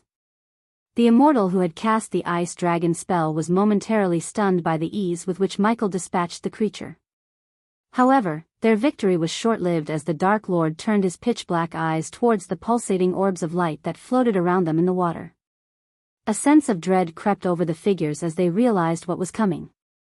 Protect the orbs. The immortals watched in horror as Michael's dark beams shot out of his eyes and shattered the glass caging the light flames orbs within. The orbs exploded in a burst of bright light, momentarily blinding the immortals and illuminating the surrounding water. But as soon as the light faded, the orbs were gone. In a swift motion, Michael moved through the water, his dark beams firing with deadly accuracy to destroy the orbs in the distance. He swung his dark swords with expert precision, slicing through the orbs that floated closer to him. Each orb shattered into 1,000 tiny pieces, its light extinguished forever. The water around them started to turn darker once again. Since Michael was focused on destroying the orbs, some of the spells and sword attacks managed to get him. The black mist-covered figures managed to cut Michael several times, their glowing swords slicing through his flesh with ease. But the APD, the potion and pill dispenser that the Dark Lord wore around his wrist, sprang into action, injecting a potent healing potion into Michael's bloodstream. Despite the pain that racked his body, Michael fought on, his face a mask of determination. As the battle raged on, the immortals launched one spell after another, bombarding Michael with powerful attacks that would have felled any other warrior. But Michael's APD kept injecting him with healing potions, allowing him to withstand the onslaught. The pain was excruciating, but Michael refused to let it show. Despite the spells and attacks, Michael fought on, his dark swords flashing as he sliced through the glowing swords of his opponents. His eyes blazed with an otherworldly light as he fired dark beams from his gaze, obliterating the orbs of light that surrounded them. Each blow he struck was more ferocious than the last, his strength fueled by a burning desire to see the battle through to its conclusion. Finally, after what felt like an eternity, Michael destroyed the last of the light flame orbs. With a triumphant roar, he turned to face his opponents, his eyes blazing with a fierce intensity. Though battered and bloodied, Michael knew the battle was far from over. But with the light flames extinguished, his power once again reached the half-celestial stage. "Did you really think these puny light orbs would give you an advantage over me?" Michael scoffed, his wounds healing quickly thanks to the APD injecting healing potions into his bloodstream. Cuts and bruises on his body slowly faded away as he stood amidst the darkness that surrounded them. The immortals moved away from Michael, their confidence was shaken by his words and the strength he possessed. But Michael knew the battle could have ended much sooner if they weren't fighting underwater, where the pressure was restricting his movements and limiting his abilities. "And those spells you cast?" Michael continued, his voice dripping with sarcasm. "They may have looked ordinary, but they were all epic-level spells. You really know how to put on a show, don't you?" Despite the pain he felt, Michael remained composed and focused on the task at hand. He knew he had to adapt to the underwater environment and overcome the challenge posed by the light orbs. With each passing moment, the darkness around him grew stronger, boosting his power and giving him an edge over his opponents. The complete darkness of the death range enveloped the area, and Michael rose to the half-celestial stage once again, just as he had been before the light orbs had interrupted his power. "Prepare yourselves to witness the true power gap between us," Michael's voice boomed in the utter darkness, sending chills down their spines. Mutrad, who had been observing the battle from a safe distance, felt the pressure around him increase as he braced for what was to come. The remaining immortals and their half-immortal underlings frantically tried to cast their strongest spells, but they had no idea what was about to hit them. Suddenly, the water around them began to boil due to the intense heat emanating from the Dark Lord, while the ear-deafening crackling of lightning filled the air. As if that wasn't enough, the water began to swirl around them, forming a powerful vortex that threatened to crush them from all sides. As the darkness intensified, the two immortals could feel the water moving around them, and an eerie silence descended upon the scene. Suddenly, they felt a sharp pain in their throats, as if a hot blade had been thrust through them. They tried to speak, but their voices were choked by the presence of a dark sword piercing through their necks. Blood oozed out of the wounds, staining the water around them, but in the pitch-black darkness, no one could see the blood or the dark swords. Just then, a half-immortal summoned a swarm of glowing piranhas, hoping to illuminate the Dark Lord floating behind the immortals for a moment. But their hopes were short-lived, as the darkness enveloped the swarm of piranhas like an invisible hand and crushed them into oblivion, leaving the half-immortal stunned and defenseless. When Michael unleashed the ring of fire, the water around them began to heat up, and the half-immortals felt their skins start to melt. Despite being underwater, Michael's ring of fire burned with such intensity that it melted through the half-immortal skin. The black mist surrounding them was no match for the power of the dark flames. While the half-immortals writhed in agony, the dark beams shot through the water like two bolts of lightning, penetrating their chests. They gasped in pain as they felt a strong surge of water around them. Before they could even begin to defend themselves, they felt a sharp pain in their necks as Michael delivered the final blow. The water around them churned violently as the half-immortals' lifeless bodies sank to the ocean floor. Michael, now the victor of the underwater battle, let out a triumphant laugh as the darkness began to recede. As the darkness faded away, Mutrad's eyes widened in shock as he saw the Dark Lord floating in the water, his body unscathed despite the intense battle that had just taken place. The bodies of the defeated foes slowly sank to the ocean floor, a silent testament to the power of the Dark Lord. The water around them glowed with an eerie light, the residue of the spells and attacks that had been exchanged. Mutrad couldn't help but feel a sense of unease as he looked around, wondering what impact their battle had on the delicate ecosystem of the ocean. The thought of the potential devastation sent shivers down his spine.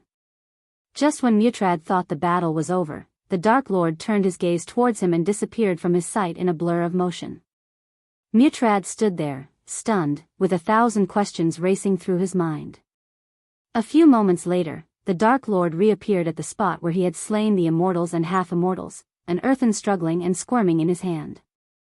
Despite its feeble attempts to escape, the Dark Lord tightened his grip around the earthen's neck, raising it up as his menacing eyes glinted in the dim light. Mutrad could feel the intensity of the Dark Lord's rage and power emanating from him, and he couldn't help but feel a sense of fear and awe in his presence. Mutrad noticed the glowing icy blue crystal in the earthen's hand as he approached. The Dark Lord's gaze also fell upon the crystal, and he swiftly snatched it away from the creature's grasp. The crystal shimmered in his palm as he infused it with a sliver of energy, bringing the recorded battle to life. Watching the playback of the intense underwater battle, Mutrad felt a sense of awe at the power that was displayed. The crystal captured every moment of the battle in vivid detail, from the clash of spells to the fierce sword fights. It was as if they were reliving the battle in real time, only with a clearer view of the action. Intriguing. Now, who hired you? The Dark Lord questioned with a chilling tone.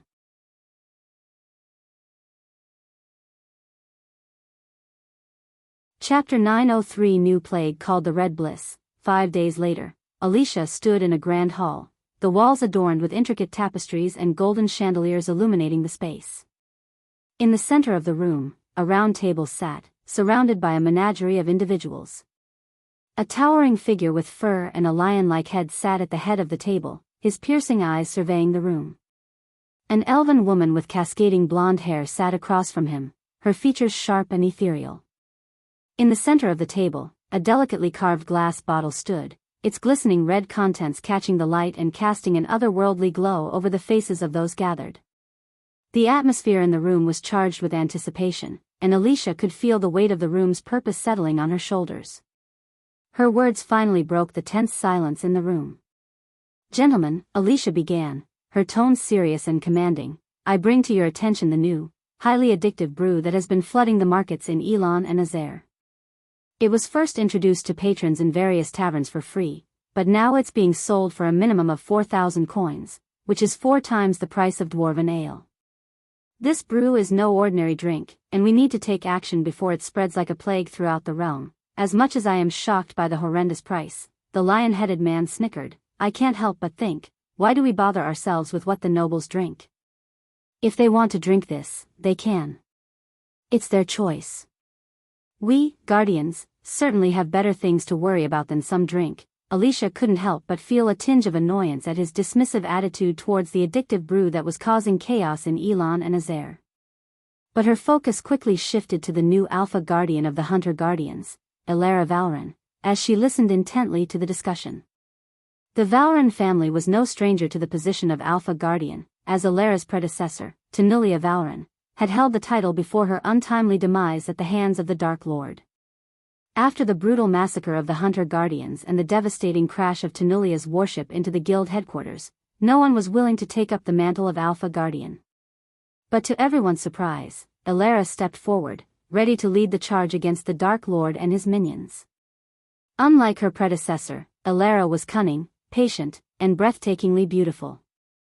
Her lethal combination of brains and beauty made her a formidable opponent, and though she did not openly vow vengeance against the Dark Lord, everyone knew that when the time came, she would be the first to strike him down. As for Elara, she remained silent and observed the discussion with a keen eye. Her elegant features betrayed no emotion, but everyone in the room knew that beneath her calm demeanor lay a fierce determination. Elara was a Valren, after all, and the blood of the great warrior family ran strong in her veins. When Elara finally spoke, her voice was cool and measured. "We cannot afford to turn a blind eye to this issue.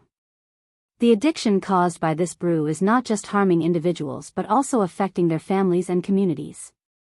We must take action to prevent further harm." As the discussion continued, it became clear that Elara's words held weight. Her leadership and strategic thinking had already earned her the respect of many, and it was no surprise that she had risen to the position of Alpha Guardian. Alicia nodded in agreement with Elara's words, and it seemed that many others in the room shared her sentiment. Even the lion-headed man seemed to be reconsidering his dismissive attitude toward the issue. "My team has informed me that some nobles are willing to pay up to 10,000 for a single bottle of this so-called Red Bliss," Alicia said, her voice ringing out clearly in the hall. And within just a week of its appearance, many young nobles had become addicted to it. They're neglecting their studies and cultivation, instead frantically scouring the kingdoms for a bottle and drinking it all day long. A murmur of concern rippled through the room as the gravity of the situation became clear. This is a threat not just to individuals but to entire communities, Elara spoke up, her voice firm and resolute. If we do not take action to prevent the spread of this addiction, it will only continue to grow and cause more harm. Alicia nodded in agreement, her eyes scanning the room once more. Many sects have been discussing putting a ban on the bottle, but we must act quickly and decisively if we hope to curb the addiction before it's too late. The guardians exchanged worried glances, the weight of the situation heavy on their shoulders. But as always, they remained steadfast in their duty to protect and serve. Alicia stood tall in the center of the brightly lit hall, her eyes piercing through the crowd of council members gathered around the round table. She took a deep breath before speaking, her voice commanding attention. As I investigated the source of this new brew, I discovered that the official distributor of the highly addictive Red Bliss is none other than the Phoenix Manor, she said, her words ringing out with a sharp edge. The council members exchanged worried glances and murmurs began to spread throughout the room. Alicia's information was not to be taken lightly. But there's more, Alicia continued, a hint of satisfaction creeping into her tone. The Phoenix Manor began distributing these bottles only after the disappearance of Lord Julius. The room fell silent, and all eyes turned to Alicia in anticipation of what she would reveal next. She savored the moment before continuing, her words calculated for maximum impact. One of my informants inside the Phoenix Manor informed me that Lord Julius was approached by the Dark Lord's minion. It's rumored that Julius ordered the man to be hanged, and 3 days later, he disappeared without a trace. The room fell silent as everyone processed Alicia's words. It was clear that she was leading them toward an uncomfortable truth. Now, why would they do that, Alicia continued, if Lord Julius had no problems with the Dark Lord? The lion-headed man scowled, his voice laced with anger. Are you saying that the Dark Lord is behind Lord Julius' disappearance? Alicia's eyes narrowed as she leaned forward. I may not have concrete evidence, but it's highly likely that the Dark Lord had a hand in Lord Julius' disappearance. Consider the facts. Lord Julius refused to accept the Dark Lord's offer, and within 3 days, he vanished without a trace. And then, a cunning fox by the name of Zod took his place as the distributor of Red Bliss. It seems far too coincidental to me. The Dark Lord always has his fingers in every pie, and I wouldn't be surprised if he orchestrated this whole thing to start the distribution of the Red Bliss. She crossed her arms and said. Elara's voice rang out clear and steady. Think you may be onto something, Alicia. It's no secret that the Dark Lord values his coins above all else. And after the Supreme Guardian shut down the Majestic and Hades, his 2 biggest sources of revenue, it's likely that he would look for new ways to fill his coffers. Alicia nodded in agreement. Exactly. And what better way to do so than by addicting the nobles to a highly profitable substance? Elara paused for a moment, her piercing gaze sweeping across the room. As for Lord Julius' disappearance, I believe it is no coincidence that it occurred just as the distribution of the Red Bliss began. The Dark Lord is known for his ruthless tactics, and he would not hesitate to eliminate anyone who stood in his way. A murmur of agreement rippled through the room, and Elara continued. Furthermore, we must not forget that the Dark Lord has always been drawn to coins and wealth. It is not beyond the realm of possibility that he saw an opportunity to profit from addiction. The weight of Elara's words hung heavy in the air, and the room fell into contemplative silence as the gravity of the situation settled in. An end to this Red Bliss. We need real evidence. Until then, we might have to push for unofficial bans 00:17 among the sections. But even to do that, we need to have casualties. Alicia sighed deeply. The room fell into a momentary silence before the lion-headed Alpha Guardian spoke up again. If this is true, then the Dark Lord has truly sunk to new depths, he growled, his tone filled with anger and disgust. Elara nodded in agreement. Indeed. But we cannot act without concrete proof, she said, her voice calm and measured. All eyes turned to Alicia, who seemed to be the most knowledgeable about the situation. She cleared her throat and spoke up. The merchants involved in the distribution are unlikely to admit working for the Dark Lord, but we do know that the red bliss is produced somewhere in the southern continent and brought to Elon and Azer through cargo ships. The lion-headed man rolled his eyes. Isn't that convenient? It's no secret who controls most of the southern continent. The Dark Lord is likely working on subduing the rest somehow, taking advantage of our weakened presence there. Elara furrowed her brow in thought. Gathering real proof about the red bliss in the southern continent won't be easy, she said, but we must try. Until then, perhaps banning the red bliss throughout Elon and Azer like we did with the Majestic and Hades is the best course of action. We cannot, Alicia said firmly, shaking her head. As much as I would like to put a stop to everything the Dark Lord does, we have no concrete proof. The rules and laws prevent us from meddling in the affairs of the merchant guilds. If we want to put an end to this red bliss, we need real evidence. Until then, we might have to push for unofficial bans among the sections. But even to do that, we need to have casualties. Alicia sighed deeply, her expression troubled. Elara's brow furrowed in concern. Casualties? Alicia nodded grimly. Yes. We need to show the severity of the situation to the people. The addiction caused by this brew is not just harming individuals but also affecting their families and communities. We need to gather evidence of the harm it's causing, even if it means some must suffer. The lion-headed Alpha Guardian snarled in anger. This is unacceptable. We can't wait around for casualties to happen before we can act. There must be another way. Elara placed a calming hand on the Alpha Guardian's shoulder. I understand your anger, but we must act within the confines of the law. We need to gather more information and find a way to stop this distribution without causing unnecessary harm. The room fell into a tense silence as they all contemplated the gravity of the situation. The Dark Lord's insidious plans were spreading like a disease, and they needed to find a way to cut it off at the source before it consumed them all. What about the Sunrise Sect? The lion-headed Alpha Guardian of the Beast Guardians asked, his voice seething with anger. That fucker has a special connection with them. Are the disciples in the Sunrise Sect getting addicted to the red bliss? I'm sure they wouldn't even sell this thing in Bradford. Alicia took a deep breath and spoke. Believe it or not, some taverns are selling the red bliss. But fortunately, the Sunrise Sect has a law in place preventing their disciples from drinking any type of booze. This rule was enforced after seeing their one-star disciple, Ghost, who abstained from drinking. The law has been in place long before the red bliss came into existence. Elara nodded her head in agreement. That makes sense. The Sunrise Sect has always been strict with their rules and discipline. The lion-headed man's eyes narrowed with anger. So, what you're saying is that the Dark Lord's plan is to use the red bliss to create addiction among disciples of other sects, ultimately leading to their downfall, while the Sunrise Sect remains unaffected? Alicia nodded grimly. That seems to be one of the outcomes. Elara spoke up, her voice calm and measured. We cannot allow this to happen. We must find a way to stop the distribution of the red bliss before it causes irreparable damage to the other sections. The lion-headed man let out a low growl. Agreed. We need to take action and fast.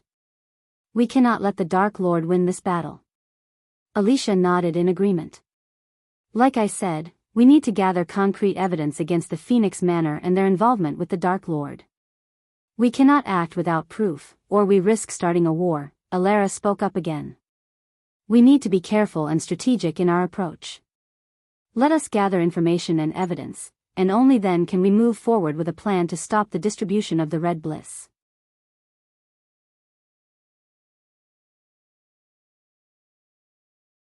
Chapter 904 New Income and the two armor pieces. The sky was engulfed in a tempestuous maelstrom of black clouds, illuminated by a frenzied barrage of lightning strikes. The ferocity of the storm was palpable, as heavy sheets of rain relentlessly battered the surrounding landscape, shrouding everything in a mist of swirling droplets. Amidst this chaotic scene, the ominous silhouette of the Dark Lord's towering mountain loomed ominously over the turbulent waters of the dark ocean. The castle, still only partially constructed, seemed to cling precariously to the sheer face of the mountain, with a sword-hilt mountain leading up to the Dark Lord's garden. The deafening roar of the waterfall cascading down the mountainside only added to the surreal atmosphere of the place. Despite the inhospitable conditions, a group of vampires dressed in the deepest shade of black could be seen darting through the air with effortless grace, their vigilant patrol never faltering, even in the midst of the raging storm. An empty hall was eerily quiet inside the castle, with only the sound of Gaia's breathing and the occasional clink of gold coins breaking the silence. The piles of gold coins glimmered and shone in the dim light, casting a warm, inviting glow on Gaia's face. Her raven-black hair was perfectly coiffed, framing her stunning features, and her bright eyes sparkled with unbridled joy. Unable to contain herself, Gaia let out a high-pitched squeal of delight and threw herself onto the stack of gold coins, letting them scatter around her like a shower of glittering rain. She rolled around in the piles of coins, her laughter filling the room as she reveled in her newfound wealth. The stack of gold coins before her contained a staggering 4.5 million gold coins, the result of just 1 week's sales of the Red Bliss. The sheer amount of wealth was overwhelming, and it was clear that business was booming for the Phoenix Manor. As Gaia was rolling around in the pile of gold coins, she couldn't help but let out a childish giggle. The glint from the gold illuminated her face, making her look almost angelic. But as Azazel appeared in the room, her expression turned serious. Azazel couldn't help but be taken aback by the sight before him. The Dark Queen, the most feared person in the Dark Castle, was playing like a child in a pile of gold coins. He cleared his throat to get her attention, and when she heard him, she immediately stopped her play and turned her gaze toward him. "Tell me everything you learned," Gaia demanded, her tone serious. After the Phoenix Manor gave out free batches of the Red Bliss to entice the nobles and sold 1,500 bottles in the first week, Gaia ordered Azazel to gather information from Sadie about how the nobles were reacting to the new brew. Azazel took a deep breath before speaking. "It seems the nobles are highly addicted to the Red Bliss, my queen. They are willing to pay up to 10,000 gold coins for a single battle after getting a taste. Many sects have started discussing putting a ban on the bottle, but it's not easy as the Phoenix Manor is the official distributor." Gaia raised an eyebrow. "And what about the kingdoms? How are they reacting?" Azazel paused for a moment before continuing. "The kingdoms are worried. They fear the addiction will distract their young nobles from their studies and cultivation. There's even talk of imposing a kingdom-wide ban, but nothing has been decided yet." Gaia nodded thoughtfully. "I see. Keep gathering information, Azazel. We need to know everything there is to know about the Red Bliss and how it's affecting the kingdoms and sects." Gaia stood up from the pile of gold coins, her expression turning serious. "Azazel, take some bottles from the next batch and send them to the ministers. We need to make sure they have a taste for the Red Bliss. Otherwise, they won't hesitate to ban it," she said with a firm tone. Azazel nodded, his face betraying a hint of concern. "But what about the prices for the next batch, my lady? I've heard rumors that some taverns are plotting to hide the bottles from the nobles so they can raise the prices up to 15,000 gold coins." Gaia let out a scoff. "Those greedy fuckers. We can't let them create a void in the distribution line. If the nobles and the rich get what they want, they'll drink and won't cause problems. But if they're denied what they want, their addiction will make them do something foolish. We have to keep the crime rate from rising as much as we can, or the Guardian Guild will have a strong case for pushing the ban even harder." Azazel nodded in agreement. "I'll make sure to handle it, my lady." "And what about the Guardians? What if they start to suspect something?" Gaia's eyes narrowed, and she let out a humorless chuckle. "Those fools should have already suspected our involvement. But for now, we need to focus on keeping the flow of the Red Bliss steady and making sure our customers are satisfied. Any disruptions in the distribution can be disastrous for us." Azazel's crimson-red eyes glinted with bloodlust, causing Gaia to feel uneasy. It had been a long time since she had seen that side of him. As a result, the Dark Lord had ordered Azazel to control himself and meditate in order to calm his nerves, especially after the incident where he almost lost control and wreaked havoc among their enemies. Gaia knew that the demon inside Azazel was slowly awakening, and she would have to address the issue when the Dark Lord returned from the Sea Realm. Azazel's question took Gaia by surprise, and she raised an eyebrow.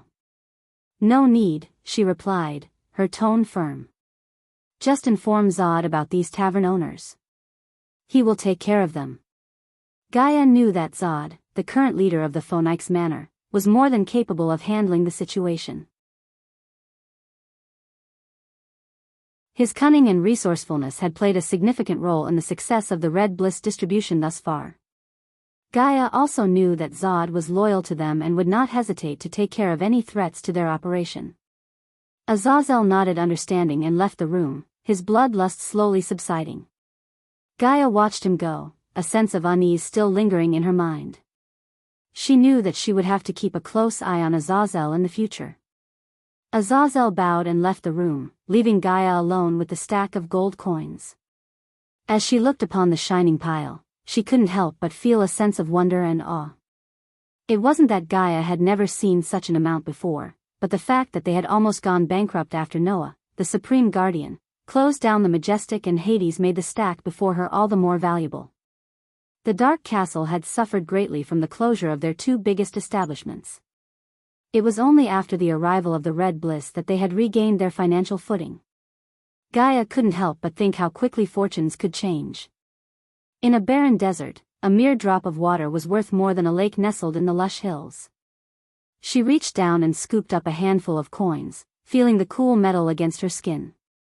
The weight of them in her palm was satisfying, and she relished in the sensation. Gaia was lost in the weight of the gold coins when Azazel rushed into the room, his furrowed brow revealing the urgency of his news.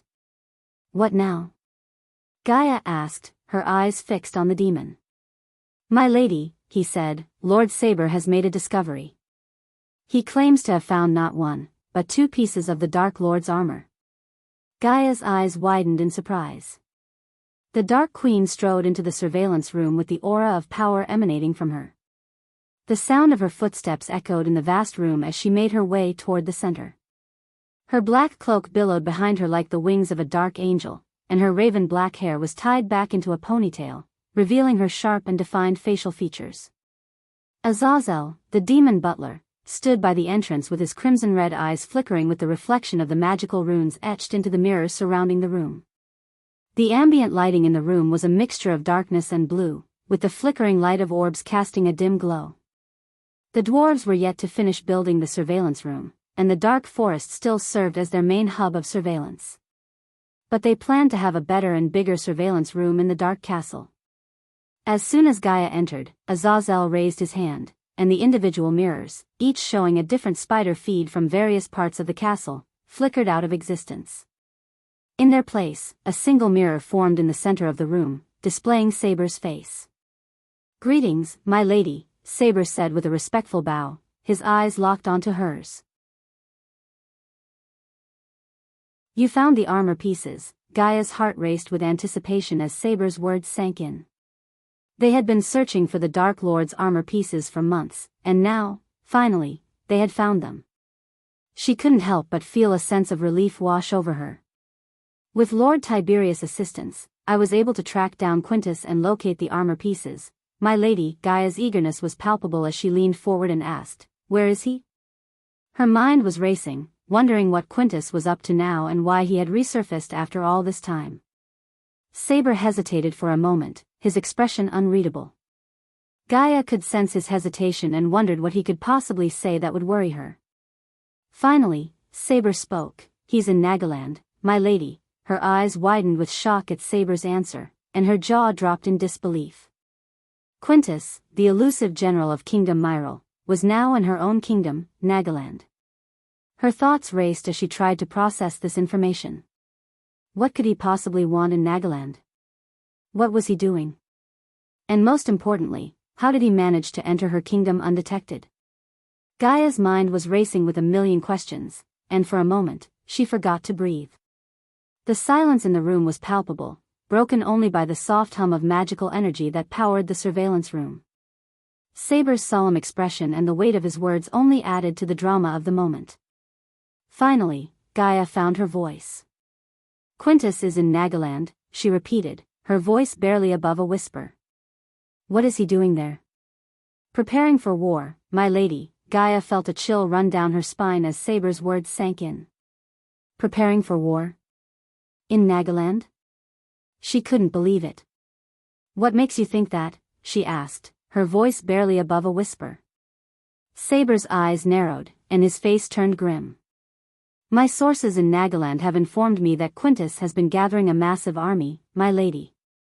It seems like he has made some alliances with some powerful people. He is planning something big, and we need to act fast to stop him. Gaia's mind was racing. How did Quintus even manage to enter Nagaland? Who was helping him there? And how was he able to gather such a massive army? And how did he even get there? Who is helping him in Nagaland? She asked, her tone laced with a hint of anger and frustration. Saber sighed deeply, his face etched with worry. I don't have all the details, my lady. But my sources suggest that he has some powerful allies in Nagaland who are helping him. They are probably supplying him with resources and soldiers. Saber stood before Gaia, his expression intense and unwavering. What are your orders, my lady? He asked, waiting for her decision. Gaia paused, her mind racing as she considered their options. She knew that Quintus was a dangerous opponent, and the thought of him in possession of the Dark Lord's armor pieces made her blood boil. After a moment, she spoke, her voice low and steady. Find out where he's hiding the armor pieces, she said. And once you're certain of their location, take Quintus down. Saber nodded, his eyes gleaming with fierce determination. As you command, my lady, he said before turning to leave his room.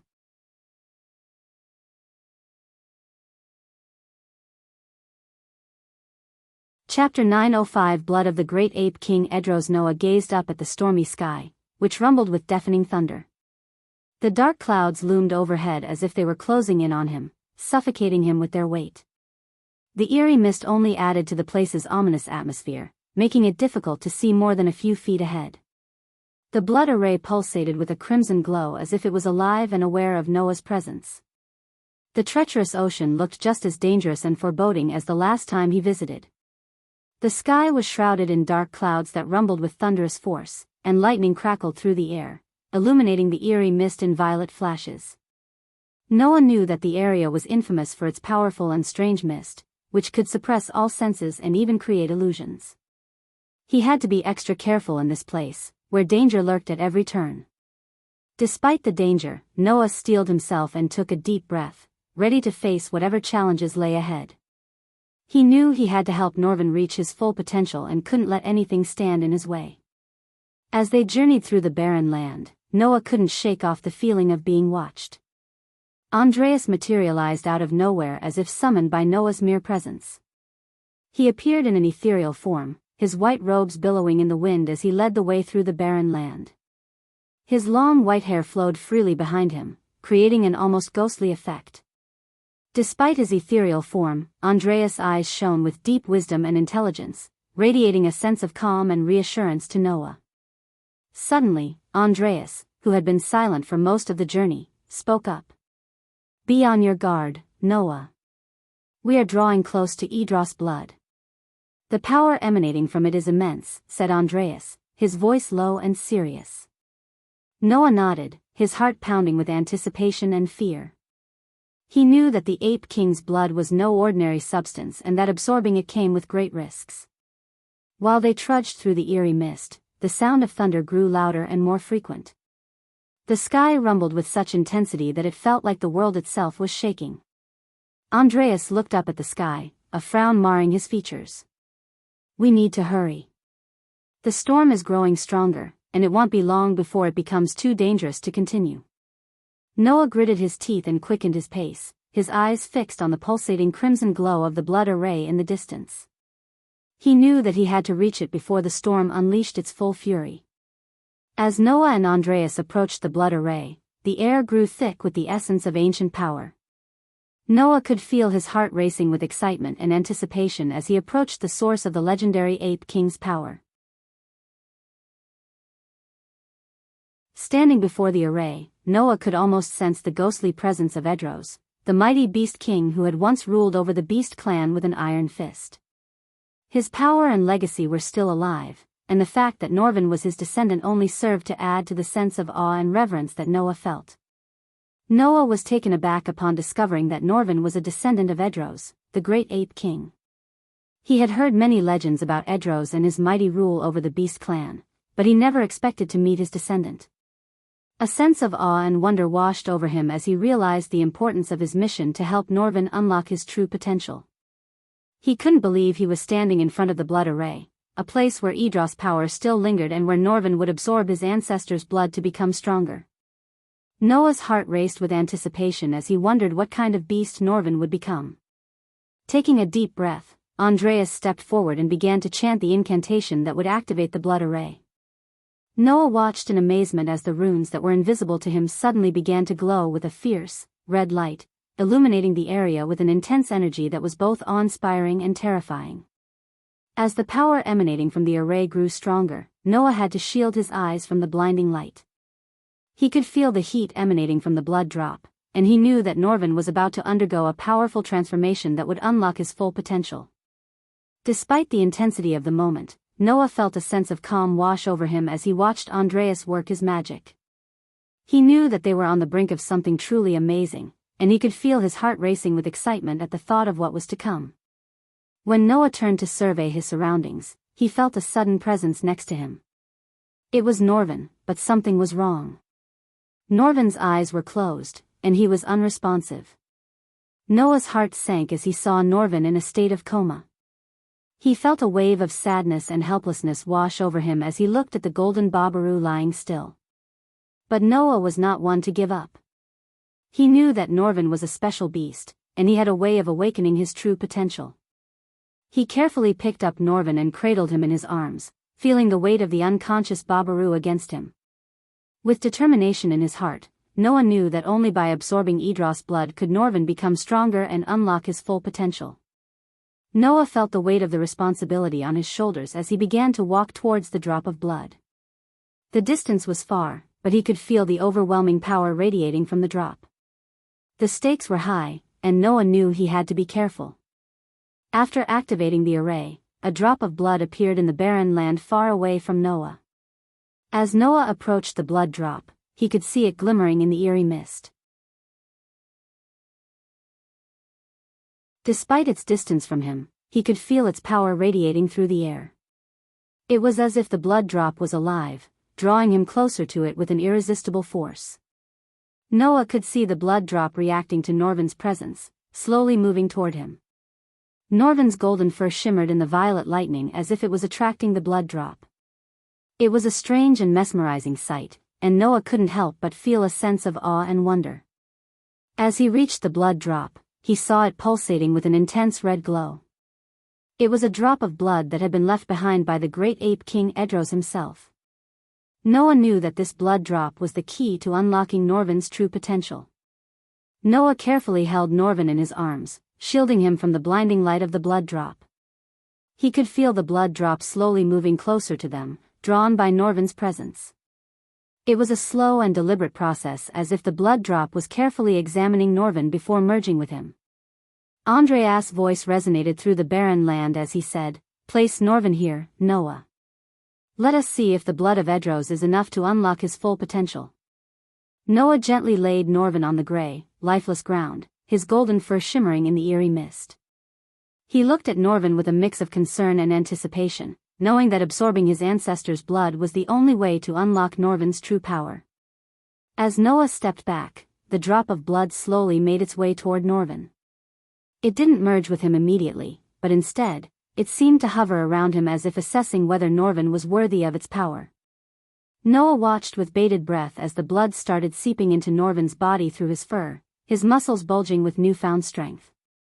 Norvin's fur transformed into a radiant, shimmering golden coat, and his eyes glowed with an otherworldly light, as if he had become something more than a mere beast.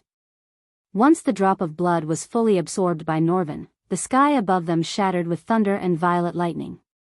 Noah shielded his eyes from the blinding light, and for a split second, he saw the silhouette of a giant ape behind Norvin. It was as if the spirit of Edros himself had taken notice of Norvin's transformation.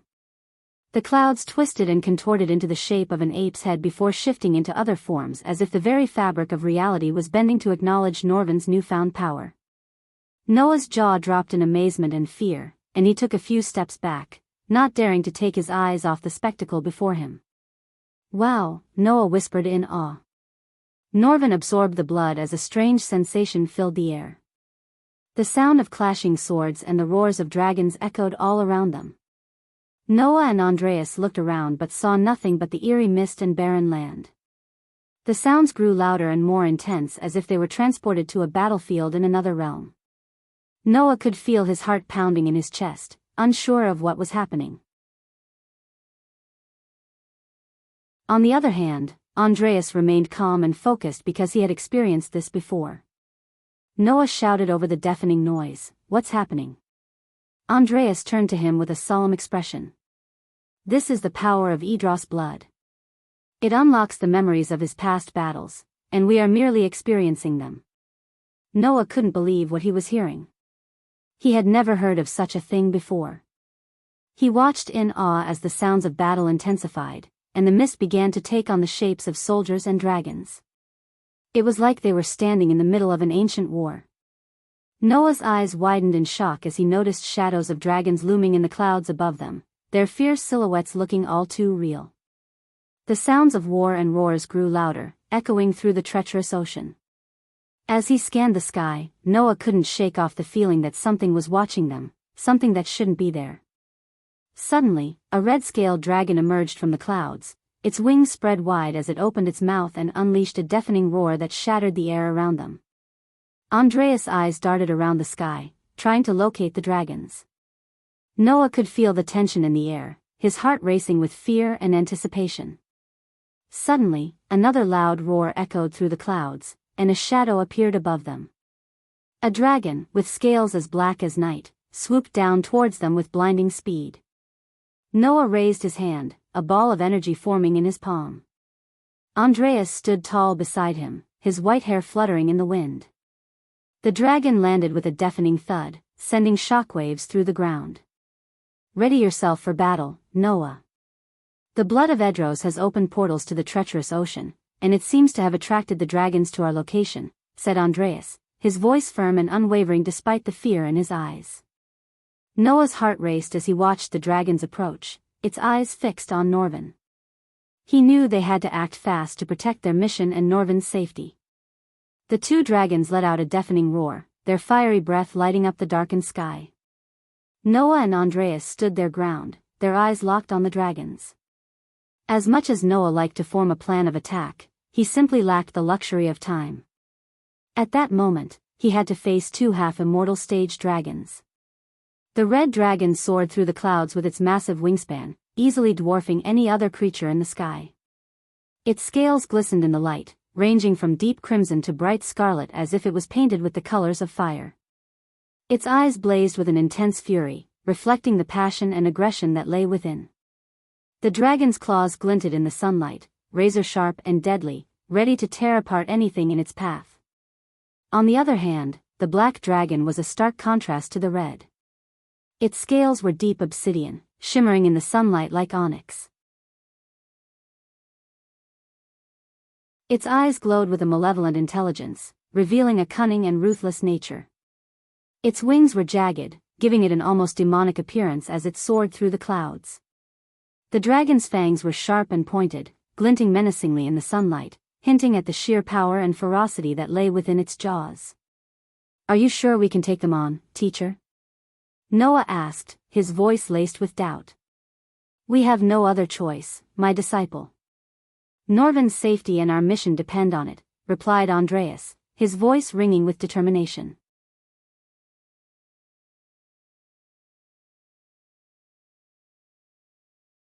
Chapter 906. The mighty Norvin. Noah faced the two dragons, their scaly bodies towering over him as they let out thunderous roars. The fiery light from their breath illuminated the darkened sky, casting an eerie glow on the barren land around them. Noah's white-hilted swords glimmered in the light, their blades sharp and deadly. The wind howled around them, carrying the scent of burnt earth and the sound of the dragon's roars. Noah's heart raced as he charged toward the dragons, his swords raised high. He could feel the power of the dragons pulsating through the air, their strength palpable. The red dragon breathed a jet of flames at him, but Noah deftly dodged the attack, his swords flashing as he struck the dragon's scaly hide. The black dragon swooped down from the sky, its sharp claws aimed at him, but Noah rolled out of the way just in time.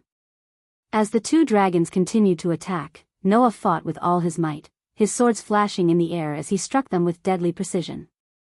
The blades hummed with power as they clashed against the dragon's scales, sending sparks flying in all directions.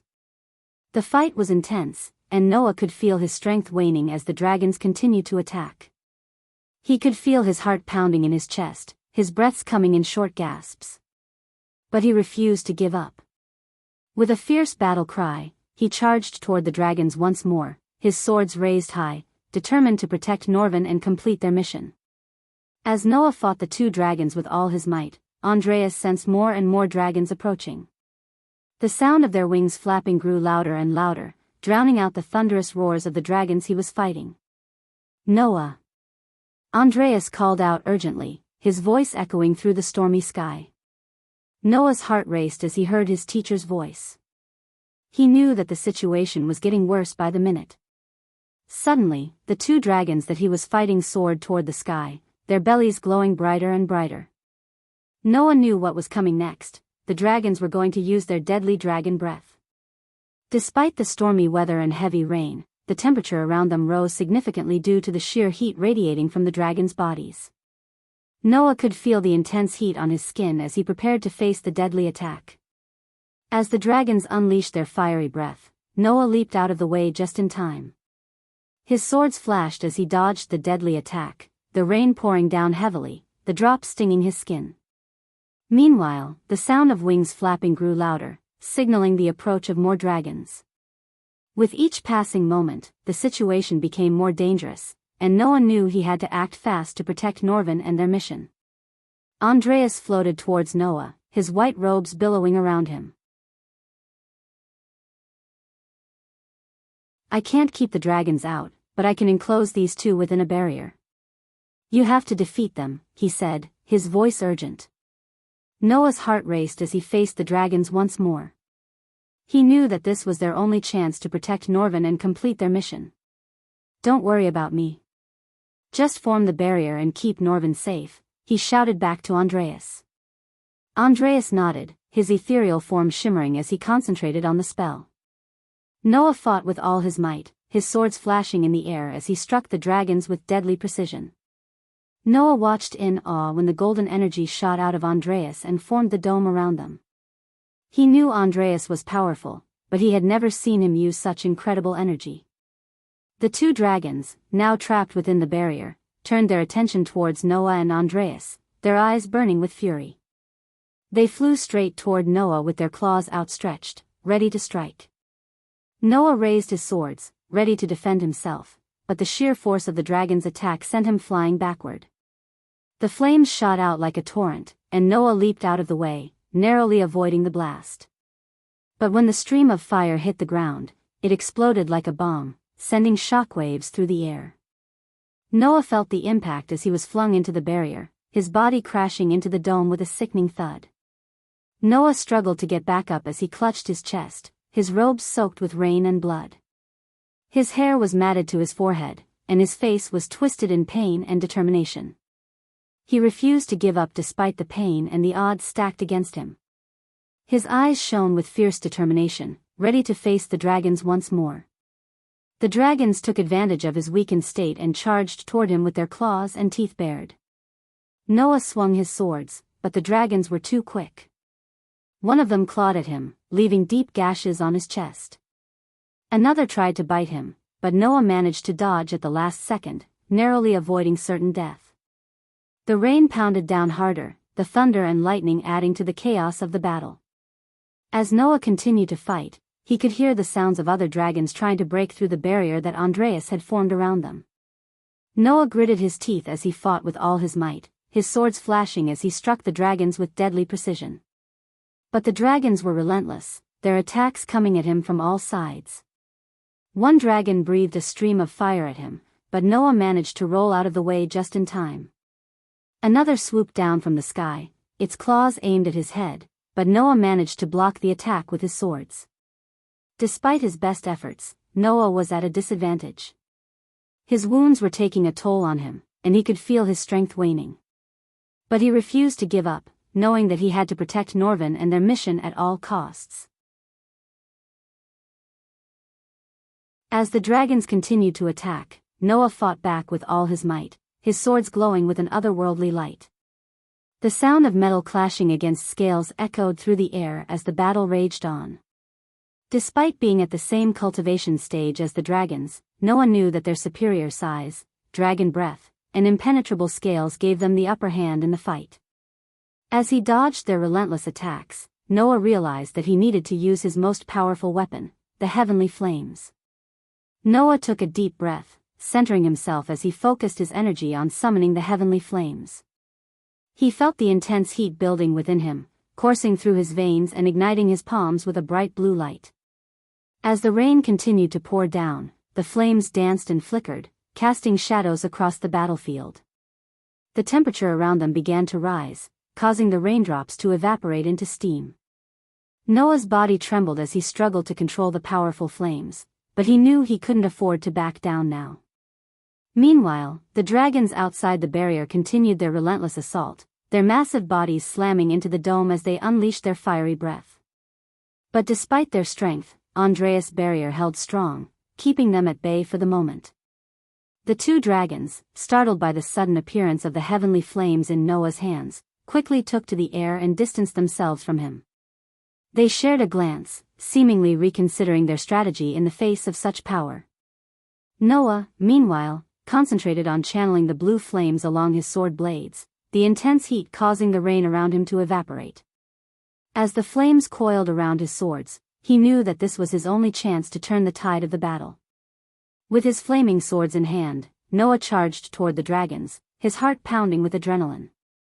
The dragons roared and breathed fire, but Noah deftly dodged their attacks, his sword striking with deadly precision. Each swing of his sword sent out a burst of heavenly flames, scorching the dragon's scales and weakening their defenses. Outside the barrier, the other dragons continued to claw and breathe fire, desperate to break through Andreas' dome. But the barrier was strong, and they could only watch as their comrades battled against Noah's fierce onslaught. The battle was intense, with each side unleashing their most powerful attacks. But Noah refused to back down, his determination fueling his every move. With a fierce battle cry, he charged toward the dragons once more, his flaming swords raised high. The dragons towered over Noah, their massive bodies a stark contrast to his smaller frame. But despite their size, Noah moved with a speed and agility that the dragons couldn't match. He closed in on them, his flaming sword in hand, determined to prevent them from using their deadly dragon breath. With a fierce battle cry, Noah swung his sword at the dragons, the heavenly flames engulfing the blade as it sliced through their claws. The dragons roared in anger and frustration, their massive bodies thrashing about as they tried to crush Noah underfoot. Each time they stomped, the ground trembled and cracked, but Noah continued to dodge and weave around their attacks.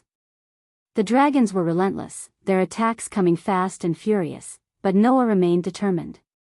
He continued to strike at them with his flaming sword, each blow weakening them just a little more. The dragons roared in agony as they felt the power of the heavenly flames burning through their scales. The dragons' rage clouded their judgment as they continued to stomp and claw at Noah, ignoring the damage they inflicted on each other. But Noah was quick, his movements almost too fast for the eye to follow. He evaded their attacks with ease, his sword still burning with the heavenly flames. Suddenly, Noah raised his sword to the sky and began to chant a spell. The heavenly flames intensified, their blue glow illuminating the darkened sky. The dragon's head snapped toward Noah, but it was too late. A beam of light shot out from Noah's sword, striking the red dragon in the head before ricocheting toward the black dragon. The dragons roared in agony as the beam hit them, their scales cracking under the intense heat of the heavenly flames. Noah continued to channel the spell, the beam of light growing brighter and brighter until it engulfed the two dragons completely.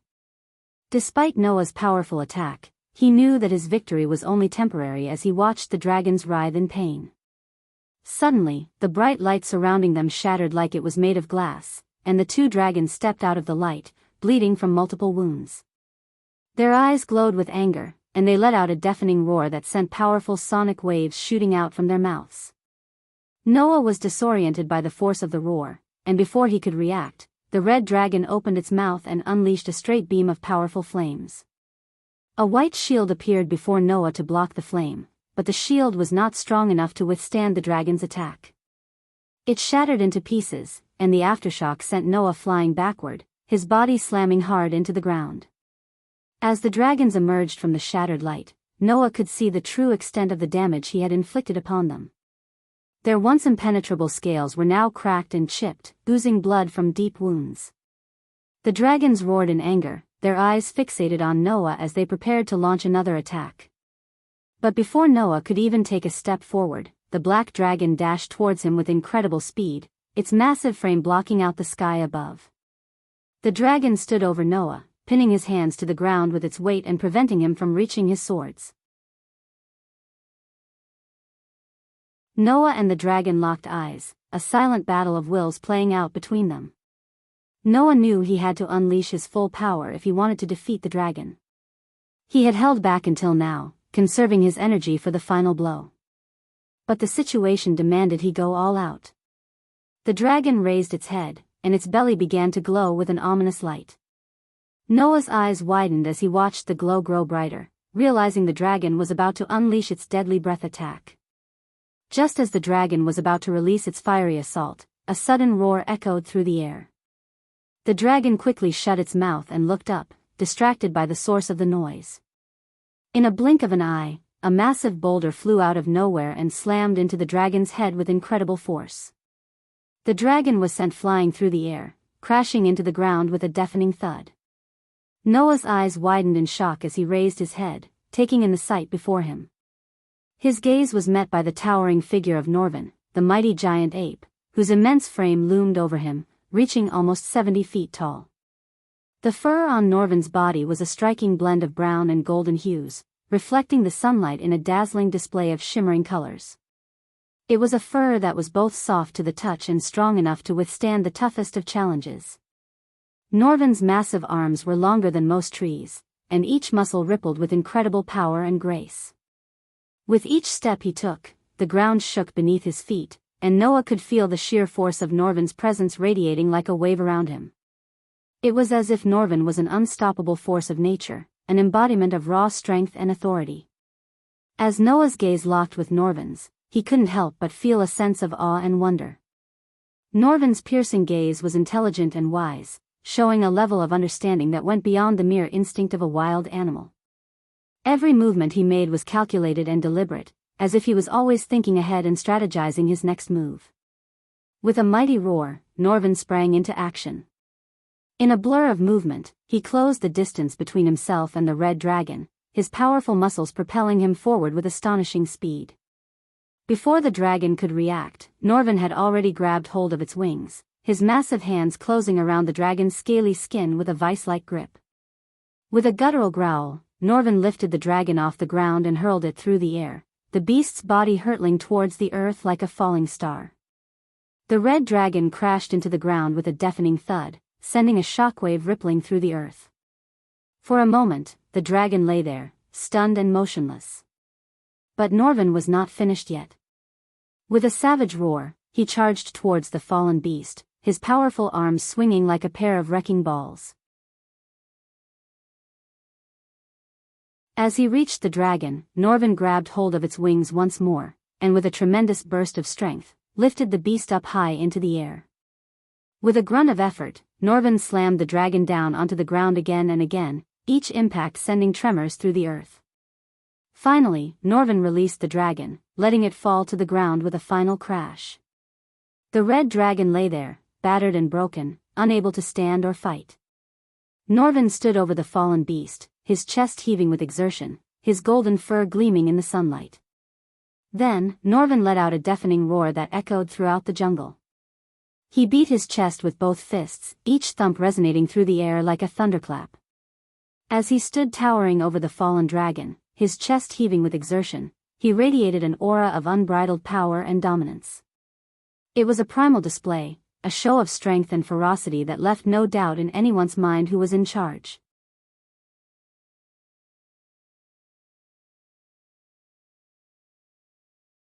Chapter 907 Norvin vs. Nightmare Eye. After almost beating the red dragon to death, Norvin turned his massive gaze toward Noah. The ape's towering form, almost 70 feet tall, made Noah seem insignificant on the ground. Yet, Norvin threw a reassuring smile at Noah before turning his attention back to the black dragon. But the black dragon was not intimidated by Norvin's size or strength. It roared in a fury, unleashing a powerful strike that clawed deep into Norvin's chest. Blood spurted out from the wound, but Norvin stood his ground, unfazed by the attack. The ape and dragon faced each other, their eyes locked in a deadly stare down. They roared at each other with deafening force, their echoes resonating across the treacherous ocean. It was a fierce battle of strength and will, and neither of them could overpower the other. As the battle raged on, Norvin began to beat his chest with increasing force, asserting his dominance over the black dragon. His roars grew louder and more powerful, as if to challenge the dragon to try and take him down. The dragon lunged forward with a mighty roar, but Norvin stood firm, his massive arms raised in a show of strength and defiance. The battle between the ape and the dragon was at a stalemate, each one determined to emerge victorious. Their roars continued to shake the earth as they clashed with relentless fury, a testament to the unbreakable will of two powerful creatures. The sky rumbled with deafening thunder as a bolt of lightning came crashing down toward Norvin. Noah watched in horror, thinking that the lightning would strike the giant ape, but instead, the lightning bolt surrounded Norvin, enveloping him in a blinding light. The light grew brighter and brighter until it was almost impossible to look at. Then, just as suddenly as it had appeared, the light vanished, leaving Norvin standing there, more magnificent than ever before. His muscles bulged with even greater power, and his fur glimmered like gold in the sunlight. Norvin had been transformed by the lightning bolt, and his strength was beyond anything Noah had ever seen. But the lightning strikes didn't stop there. One after another, bolts of lightning hit Norvin, each one boosting his power even further. The air crackled with electricity as the lightning strikes continued, each one turning Norvin into an unstoppable force. As Noah stood back in awe, he watched as Norvin slowly ascended to the half-immortal stage, his power reaching unprecedented levels. It was a sight that left Noah speechless, and he knew that he was witnessing something truly remarkable. It was evident that Norvin's heavenly tribulation was on a whole other level compared to Noah's. With each lightning bolt that struck him, Norvin's power surged, and he glowed with otherworldly energy. He looked like a true half-immortal, radiating strength and power that shook the ground beneath him. With his newfound strength, Norvin lunged at the black dragon with lightning-fast speed, his massive frame dwarfing the beast. He grabbed the dragon's snout with one hand and bit down hard on its neck with his ferocious teeth. The dragon let out a deafening roar of agony as Norvin's teeth were stained red with its blood. With each passing moment, Norvin's grip tightened, and the dragon's struggles grew weaker. Noah watched in awe from a safe distance, his heart pounding with excitement and fear. He had never seen anything like this before, and he knew that Norvin was far beyond anything he had ever faced. The ground trembled underfoot as Norvin and the black dragon continued their fierce battle, their roars echoing throughout the island. Noah stood frozen in awe as he watched the colossal beasts clash in an epic battle of strength and power. He had never witnessed such an intense fight before, and every passing moment seemed to escalate the tension to new heights. As Norvin sank his teeth into the dragon's neck, the air filled with the deafening roar of the wounded beast. But even as the dragon thrashed and writhed in pain, Norvin showed no sign of relenting. Instead, he seemed to grow even stronger, his muscles bulging with newfound power. But the dragon was not ready to admit defeat just yet. With a sudden burst of energy, it began to glow from within, its belly lighting up like a fiery beacon. Norvin's hands burned as he held the dragon's mouth shut, his grip tight and unyielding. As the dragon prepared to unleash its deadly dragon breath, Norvin acted fast, grabbing the dragon's jaw with all his might and forcing its mouth shut. The two colossal creatures locked eyes in a fierce battle of wills, their muscles straining as they fought for dominance.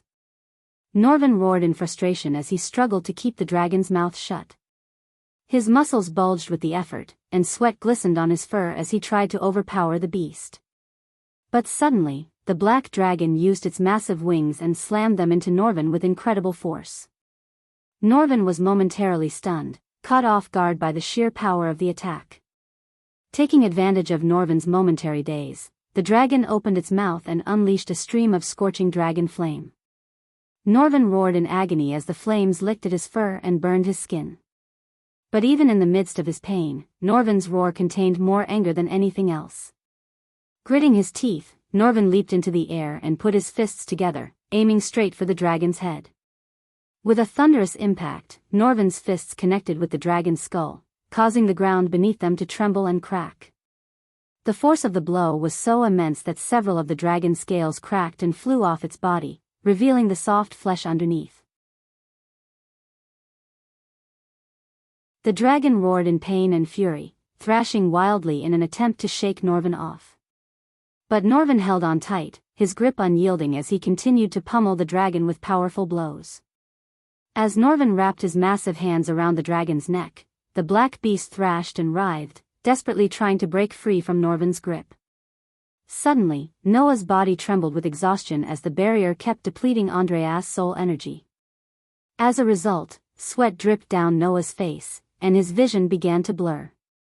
He knew he couldn't hold the barrier for much longer. "I can't hold this much longer," Noah panted, turning to Andreas, whose ethereal figure was flickering and fading. "We need to get out of this treacherous ocean," Andreas said weakly. "More dragons will come." Noah nodded, gritting his teeth as he pushed himself to his feet. He knew he had to get Norvin's attention and bring him back to reality from his battle frenzy mode. With a burst of energy, Noah summoned a bright light that shot up into the sky. It caught Norvin's attention, and the giant ape turned his gaze toward Noah. "Norvin, we need to leave this place." "More dragons will come," Noah shouted, hoping to reach the giant ape. With a fierce determination in his eyes, Norvin tightened his grip around the dragon's neck, his massive hands crushing the scaly skin beneath his fingers. The dragon writhed and struggled, its desperate attempts to break free only fueling Norvin's resolve. But as Norvin continued to apply pressure, a sickening sound filled the air, the unmistakable sound of bones breaking. Norvin's eyes went wide with shock as he realized what had happened. He had accidentally snapped the dragon's neck in his quest to subdue it. For a moment, the world seemed to go still as Norvin stared at the lifeless head of the black dragon, its body slowly collapsing to the ground beneath him. The weight of his actions hit Norvin like a ton of bricks, and he felt a sense of deep regret wash over him. Just like Noah, Norvin had always lived by a strict code of honor that forbade him from taking a life. But in the heat of the moment, his newfound strength had betrayed him, and he had broken that sacred rule. As he looked down at the dragon's lifeless body, Norvin couldn't help but wonder, had he gone too far in his quest for power? Norvin's eyes widened with shock and horror as he realized what he had done. The black dragon's lifeless head slowly fell to the ground, the sickening sound of bones breaking still echoing in his ears. He had never intended to kill, and yet his immense strength had unintentionally taken the life of the creature before him. "What have I done?" Norvin muttered, his voice laced with remorse and disbelief. He couldn't believe he had let his newfound strength get the best of him and break his own rule against killing. But before he could fully comprehend the gravity of his actions, another deafening roar shook the ground beneath him. Norvin slowly turned his gaze toward the source of the sound and saw a majestic dragon with scales as red as fire. The treacherous ocean was engulfed in a storm, with raging waves and howling winds adding to the ominous atmosphere as the red dragon flew straight toward them. The red dragon's eyes gleamed with rage as it focused its attention on the barrier that was keeping Noah and Norvin safe. The dragon's massive claws dug into the barrier, sending sparks flying and causing the barrier to flicker and shake under immense force. With a fierce determination, the dragon repeatedly headbutted the barrier, each impact creating deep cracks that grew wider and wider until the barrier finally shattered under the dragon's might. Nightmare, Norvin's eyes widened with shock and recognition as he gazed at the dragon before him. It was none other than Nightmare, the infamous familiar of the Dark Lord himself. Despite being smaller in size than Norvin, the red dragon exuded a terrifying aura of power and strength. Its scales were as red as the fires of hell, shimmering ominously in the stormy climate of the treacherous ocean. Its eyes gleamed with an intense rage that made Norvin crease his brows. Its razor-sharp claws dug deep into the ground, leaving deep trenches in its wake. And its wings were spread wide, making it seem as if it was ready to take flight at any moment. Norvin knew that facing Nightmare would be no easy feat, and he steeled himself for what was to come. Even with his newfound strength, he knew that defeating the Dark Lord's familiar would be an uphill battle. A feeling of deep-seated hostility and rage boiled inside Norvin as he locked eyes with Nightmare. It was as if he had encountered a lifelong foe, and the intensity of his emotions caught him off guard. Prior to absorbing Idros' blood, Norvin had never felt such an overwhelming desire for revenge. But at that moment, all he could think about was crushing the dragon before him. His muscular arms flexed as he balled his fists, his eyes blazing with an intensity that was almost primal. Norvin's fur bristled with anticipation as he let out a deafening roar, challenging Nightmare to come at him with all his might. The stormy ocean seemed to echo with his roar, amplifying the ferocity of the moment. Nightmare's eyes glinted with fury as he surveyed the scene before him. The lifeless body of the black dragon lay crumpled on the ground, and the sight only served to fuel the dragon's already boiling rage. His scales glimmered in the stormy light, and his sharp claws dug deep into the rocky terrain beneath him as he readied himself for battle. When Norvin roared, Nightmare's response was immediate. His own roar echoed through the tumultuous waters, its force shaking the very foundations of the treacherous ocean. As the two mighty creatures faced off against each other, their roars grew louder and more ferocious, each one trying to outdo the other in sheer power and intensity. The wind howled around them as they circled each other, each one waiting for the other to make the first move. Norvin's eyes burned with a newfound determination, and he could feel his muscles tensing with anticipation. Meanwhile, Nightmare's eyes blazed with an all-consuming fury, and his entire body vibrated with the desire to destroy his opponent. With a sudden lunge, the two creatures charged towards each other, their teeth bared and their claws extended. The clash of their bodies reverberated through the air, and the sound of their roars filled the entire ocean. The battle had begun, and it was clear that only one would emerge victorious.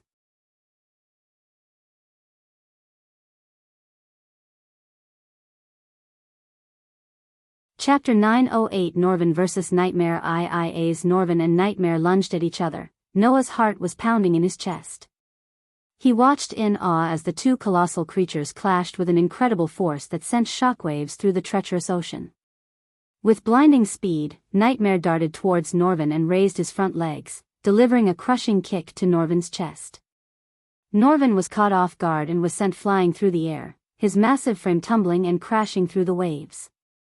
While Norvin struggled to regain his footing, the other dragons swarmed towards him, ready to attack. But Nightmare bellowed a deafening roar that echoed through the ocean, and the other dragons hesitated, momentarily stunned by the ferocity of his voice. P-Alpha and D-Alpha, no one. In that moment, Noah felt his legs give out beneath him, and he dropped to his knees, gasping for air. His vision blurred and his head throbbed with pain as he struggled to stay conscious in the midst of the chaos around him. "This is my fight," he declared, his voice booming with authority. The other dragons knew better than to disobey, and they cowered before his presence, unable to challenge the might of the dragon with the blood of the royals. Nightmare's dragon voice reverberated through the treacherous ocean, its deep and powerful timbre commanding respect and fear. It was a voice that seemed to echo from the depths of the earth, shaking the very foundations of the sea. The sound of it sent chills down the spines of even the bravest creatures. As he spoke, his voice carried an air of authority and dominance, a reminder of his royal bloodline and the power he held over the other dragons. They trembled in fear and didn't dare to interrupt the battle that was about to unfold. Norvin steadied himself, gritting his teeth as he felt the blood oozing from his chest. His chest heaved with each ragged breath, but his eyes blazed with a fierce determination. He let out a primal roar, the sound echoing through the treacherous ocean and shaking the ground beneath them. With a newfound strength fueled by his rage, Norvin launched himself at Nightmare, his massive fists balled up into tight knots. His movements were swift and calculated, his immense size and strength giving him an edge over his opponent. The clash between the two giants was like thunder, their blows landing with the force of 100 men. The ground beneath them cracked and crumbled, sending debris flying in all directions. Despite the pain and exhaustion, Norvin refused to back down, his determination to defeat Nightmare pushing him forward. When Nightmare appeared in the treacherous ocean, he was confused and disoriented as he was unsure of how he had been transported there. He had been on his way to meet Claire when a mysterious portal had suddenly appeared and engulfed him. And now, he was faced with a scene of chaos and destruction.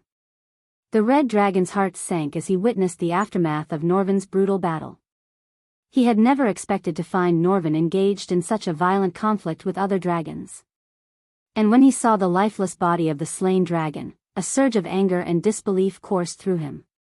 Nightmare had always believed in resolving conflicts through peaceful means most of the time, and he was certain that Norvin could have subdued the other dragons without resorting to such extreme measures. The fact that he had taken a life without a shred of mercy left a bitter taste in Nightmare's mouth. With his blood boiling and his mind clouded by rage, Nightmare entered into a pure frenzy mode.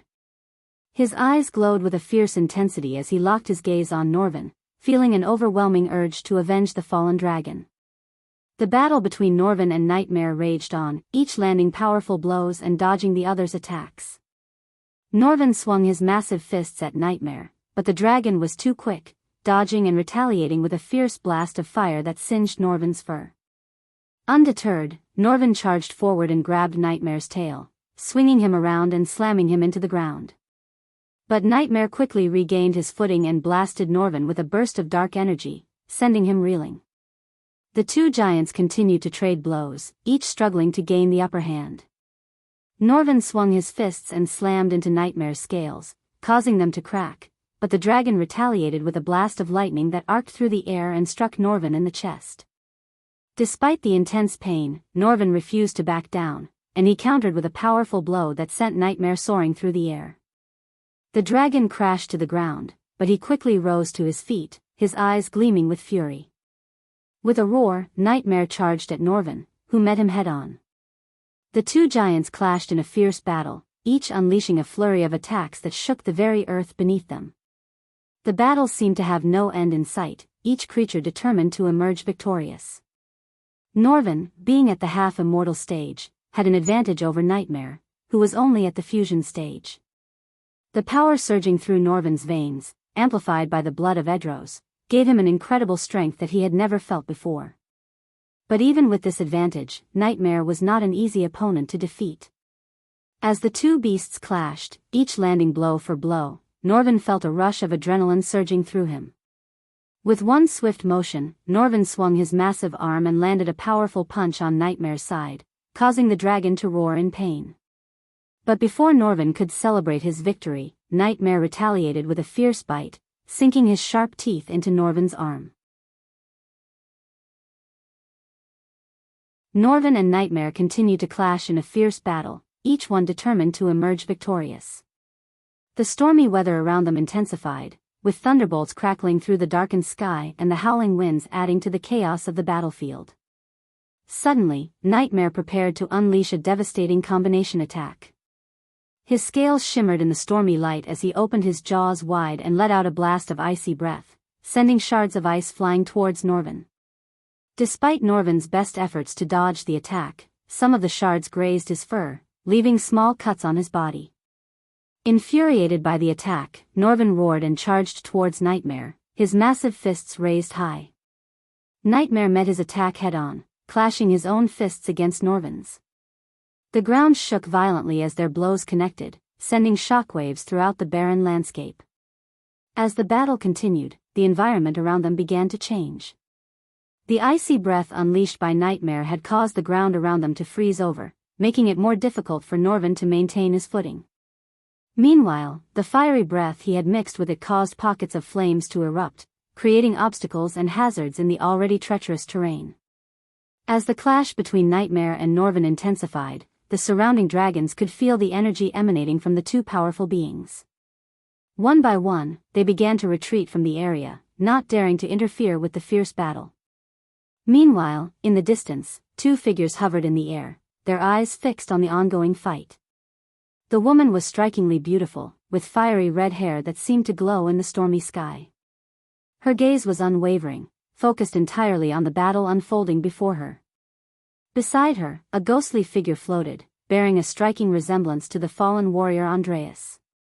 Though his form was insubstantial, the determination in his eyes was clear. It was none other than Selisi, ruler of Nagaland, and the other soul piece of Andreas. Together, they had orchestrated the arrival of the Dark Lord's dragon and the ensuing battle, hoping to settle the score once and for all. As they watched the two familiars clash, Celsius' heart raced with anticipation. She had long awaited the chance to strike at the Dark Lord and put an end to his reign of terror. Since both the Dark Lord, the god of darkness, and Noah, the god of light, avoided direct confrontation with each other, Selisi knew she and the other piece of Andreas had to instigate their battle somehow. They plotted to pit Nightmare, the Dark Lord's familiar, against Norvin, Noah's familiar. No matter which familiar died in the hands of the other, it would instigate the battle between their respective gods. At the very least, one would weaken the other's army. "I'd say take out the Dark Lord's familiar," said the other piece of Andreas. Selisi paused for a long moment, contemplating Andreas' words. She knew it was a risky move, but it might be their only chance to rile up the Dark Lord enough to make him make a move against the god of light. They hoped Noah would defeat the Dark Lord and prevent him from plunging the world into darkness. Selisi knew that Noah, the god of light, wouldn't be able to permanently kill the Dark Lord without the god-killing arrows. However, if Noah managed to defeat the Dark Lord, it could buy them some valuable time to grow even stronger. The war between light and darkness had been raging on for centuries, and Selisi knew that every little victory counted. As she watched the battle between Nightmare and Norvin from afar, her mind raced with the possibilities of what could happen if the Dark Lord fell. Would the other gods finally come to this world, or would they continue to watch from the sidelines? She knew that the fate of their world rested on the outcome of this battle. Meanwhile, the battle between Nightmare and Norvin continued to rage on. Nightmare's flight ability gave him the upper hand, allowing him to bombard Norvin with a relentless assault of fire and cold breath. Norvin struggled to keep up with Nightmare's speed and ferocity, but he refused to back down. "He is down," Andreas said, looking at Noah, who collapsed. Whenever Andreas depleted his soul energy, Noah would enter an unconscious state for some time before recovering. The other Andreas stared down at Noah's unconscious form, his soul energy depleted from the fierce battle. As Noah lay there, helpless and vulnerable, Andreas knew that this was their chance to strike. With a sly grin, he turned to Selisi and whispered, "He's down. Now's our chance to make our move." Selisi nodded in agreement, knowing that they couldn't afford to waste a single moment.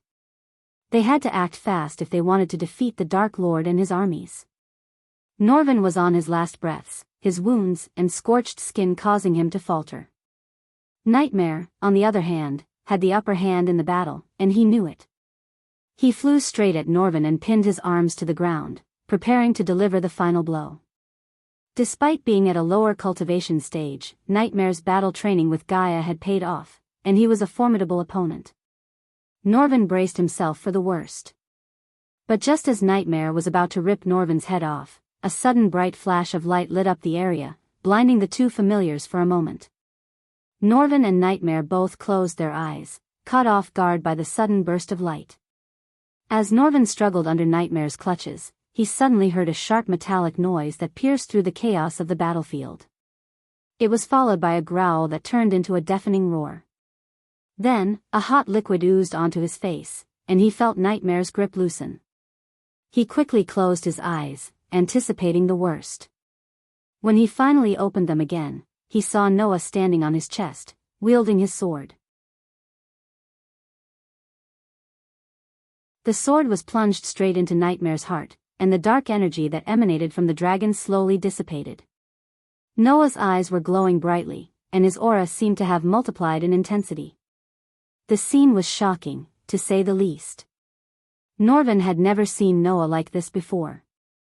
It was as if he had tapped into an entirely different power, one that he had never shown before. The sheer force of the energy emanating from Noah was overwhelming, and it seemed to be consuming him from the inside out. Norvin stared at Noah in shock, wondering what had happened. Had Noah unlocked a new level of power, or was it something else entirely? He couldn't tell, but he knew that something significant had just occurred. "What have you done?" Norvin growled. As the blinding light from Noah's sword pierced through Nightmare's body, Norvin's heart sank. He couldn't believe what he was seeing: Noah, the god of light, breaking his own rule by taking a life. Norvin growled in anger, his eyes fixed on Noah's glowing ones. For a moment, he thought he saw a hint of madness in Noah's eyes, like he was a different person entirely. The sharp metallic sound echoed through the air as Noah withdrew the sword from Nightmare's body. Norvin watched in horror as the dragon slowly fell to the ground, writhing in pain. He was about to rush to the dragon's aid with healing potions when Nightmare vanished into thin air.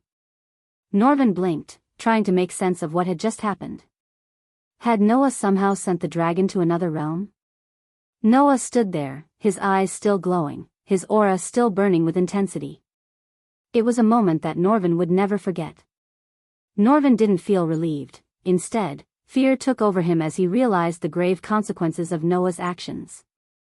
If the Dark Lord learned that his beloved familiar, Nightmare, was killed by Noah's hand, he would stop at nothing to seek revenge. Norvin knew that the Dark Lord would not rest until he avenged his familiar's death. Noah's eyes blazed with an otherworldly light, making Norvin wonder if this was truly Noah before him or someone else in Noah's form. Norvin's heart was pounding in his chest as he realized the full extent of what had just happened. The consequences of Noah's actions could mean the end of everything they knew. Norvin concentrated and willed himself to shrink in size until he was about 6 feet tall, the same height as Noah. He knew that in order to snap Noah out of his strange state, he needed to meet him at eye level. As he approached Noah, he could see that the glow in his eyes was still present, and his aura was still burning with intense energy. Then, he watched in horror as Noah's eyes, once ablaze with power, suddenly faded and went dark. Noah's body swayed and he collapsed to the ground, unconscious. Norvin quickly rushed to his side and knelt down beside him, checking for a pulse.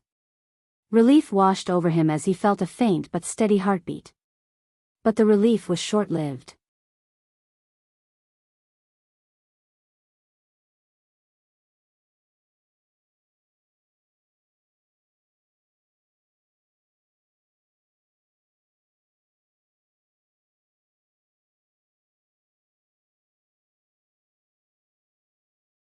She whispered her own words of gratitude and love to him as he took his final breath, and she felt his body go limp in her arms.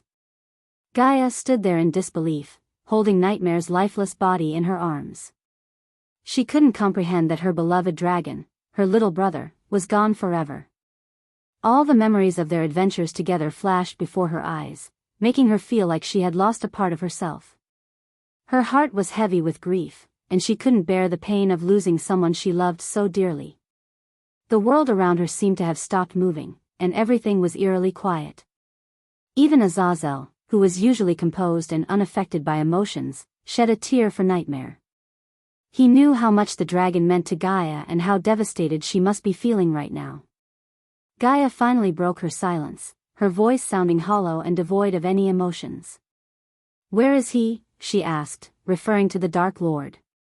"I cannot reach him, my lady," Azazel spoke cautiously, not wanting to add to her pain. Without another word, Gaia stood up, still holding Nightmare's body in her arms, and disappeared from the pocket dimension.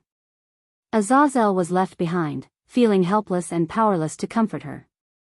As Azazel stood in the pocket dimension, he couldn't shake the feeling that there was someone else there with him. A shiver ran down his spine as he scanned the area, but there was no one in sight. Suddenly, he heard a voice, one that he recognized all too well. It had to happen. The Dark Lord's voice echoed through the space, but there was no physical form to accompany it. Azazel's heart skipped a beat, and he couldn't believe what he was hearing. For a moment, he thought he just imagined things, the sadness of Nightmare's death playing tricks on his mind. But deep down, he knew that something was amiss. 2 days had passed since Nightmare's demise, and the atmosphere in the castle was heavy with grief and sorrow. The Dark Queen had locked herself in her chambers, and no one had seen or heard from her since the day of Nightmare's death. Azazel, the demon butler, had taken charge of cleaning up the chaos Vidora had left behind in their path of destruction. The three-headed Hydra had gone on a rampage upon hearing the news of Nightmare's death, causing mass destruction and chaos throughout the castle. Azazel had never seen Vidora agree on something so quickly before, and their combined anger was a force to be reckoned with. In an attempt to subdue the raging Hydra, Azazel and his vampire death squad put their lives on the line. The battle was fierce, and Azazel had to use every ounce of his strength to stop Vidora from destroying the castle. The three heads worked in unison, breathing fire, ice, and poison at the attackers. Azazel's body was covered in burns and cuts, but he refused to give up. His determination to bring Vidora under control kept him going. Finally, Azazel managed to inject Vidora with a paralyzing poison, causing them to collapse to the ground.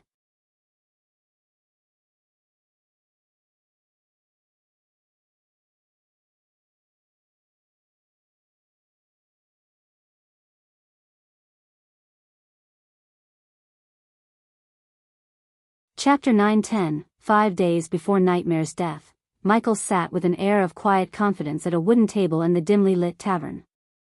His eyes flickered around the room, scanning the faces of the other patrons with a sense of unease. The atmosphere was thick with tension, punctuated by the occasional clink of glasses and murmurs of hushed conversations. As he waited for Mutrad's arrival, Michael's mind was consumed by the danger that lurked around every corner. He had already shed blood to obtain the information they needed, and he knew that there were those who would stop at nothing to prevent him from completing his mission. But Michael wasn't worried. He remained calm and patient, knowing that panic and fear would only lead to mistakes. Instead, he sat quietly, his senses on high alert, waiting for Mutrad to arrive and deliver the next piece of the puzzle. The door creaked open, and Mutrad stepped into the dimly lit tavern, his eyes scanning the room nervously. His steps were hesitant as he approached Michael, the weight of the information he carried heavy on his shoulders. It's true. The House of Gladrath took the artifacts, and they are challenging both House Halrid and House Big Mag for trial by combat, he said, his voice trembling slightly. Michael's eyes narrowed, a steely determination settling in his gaze. He knew that their mission had become even more dangerous and urgent.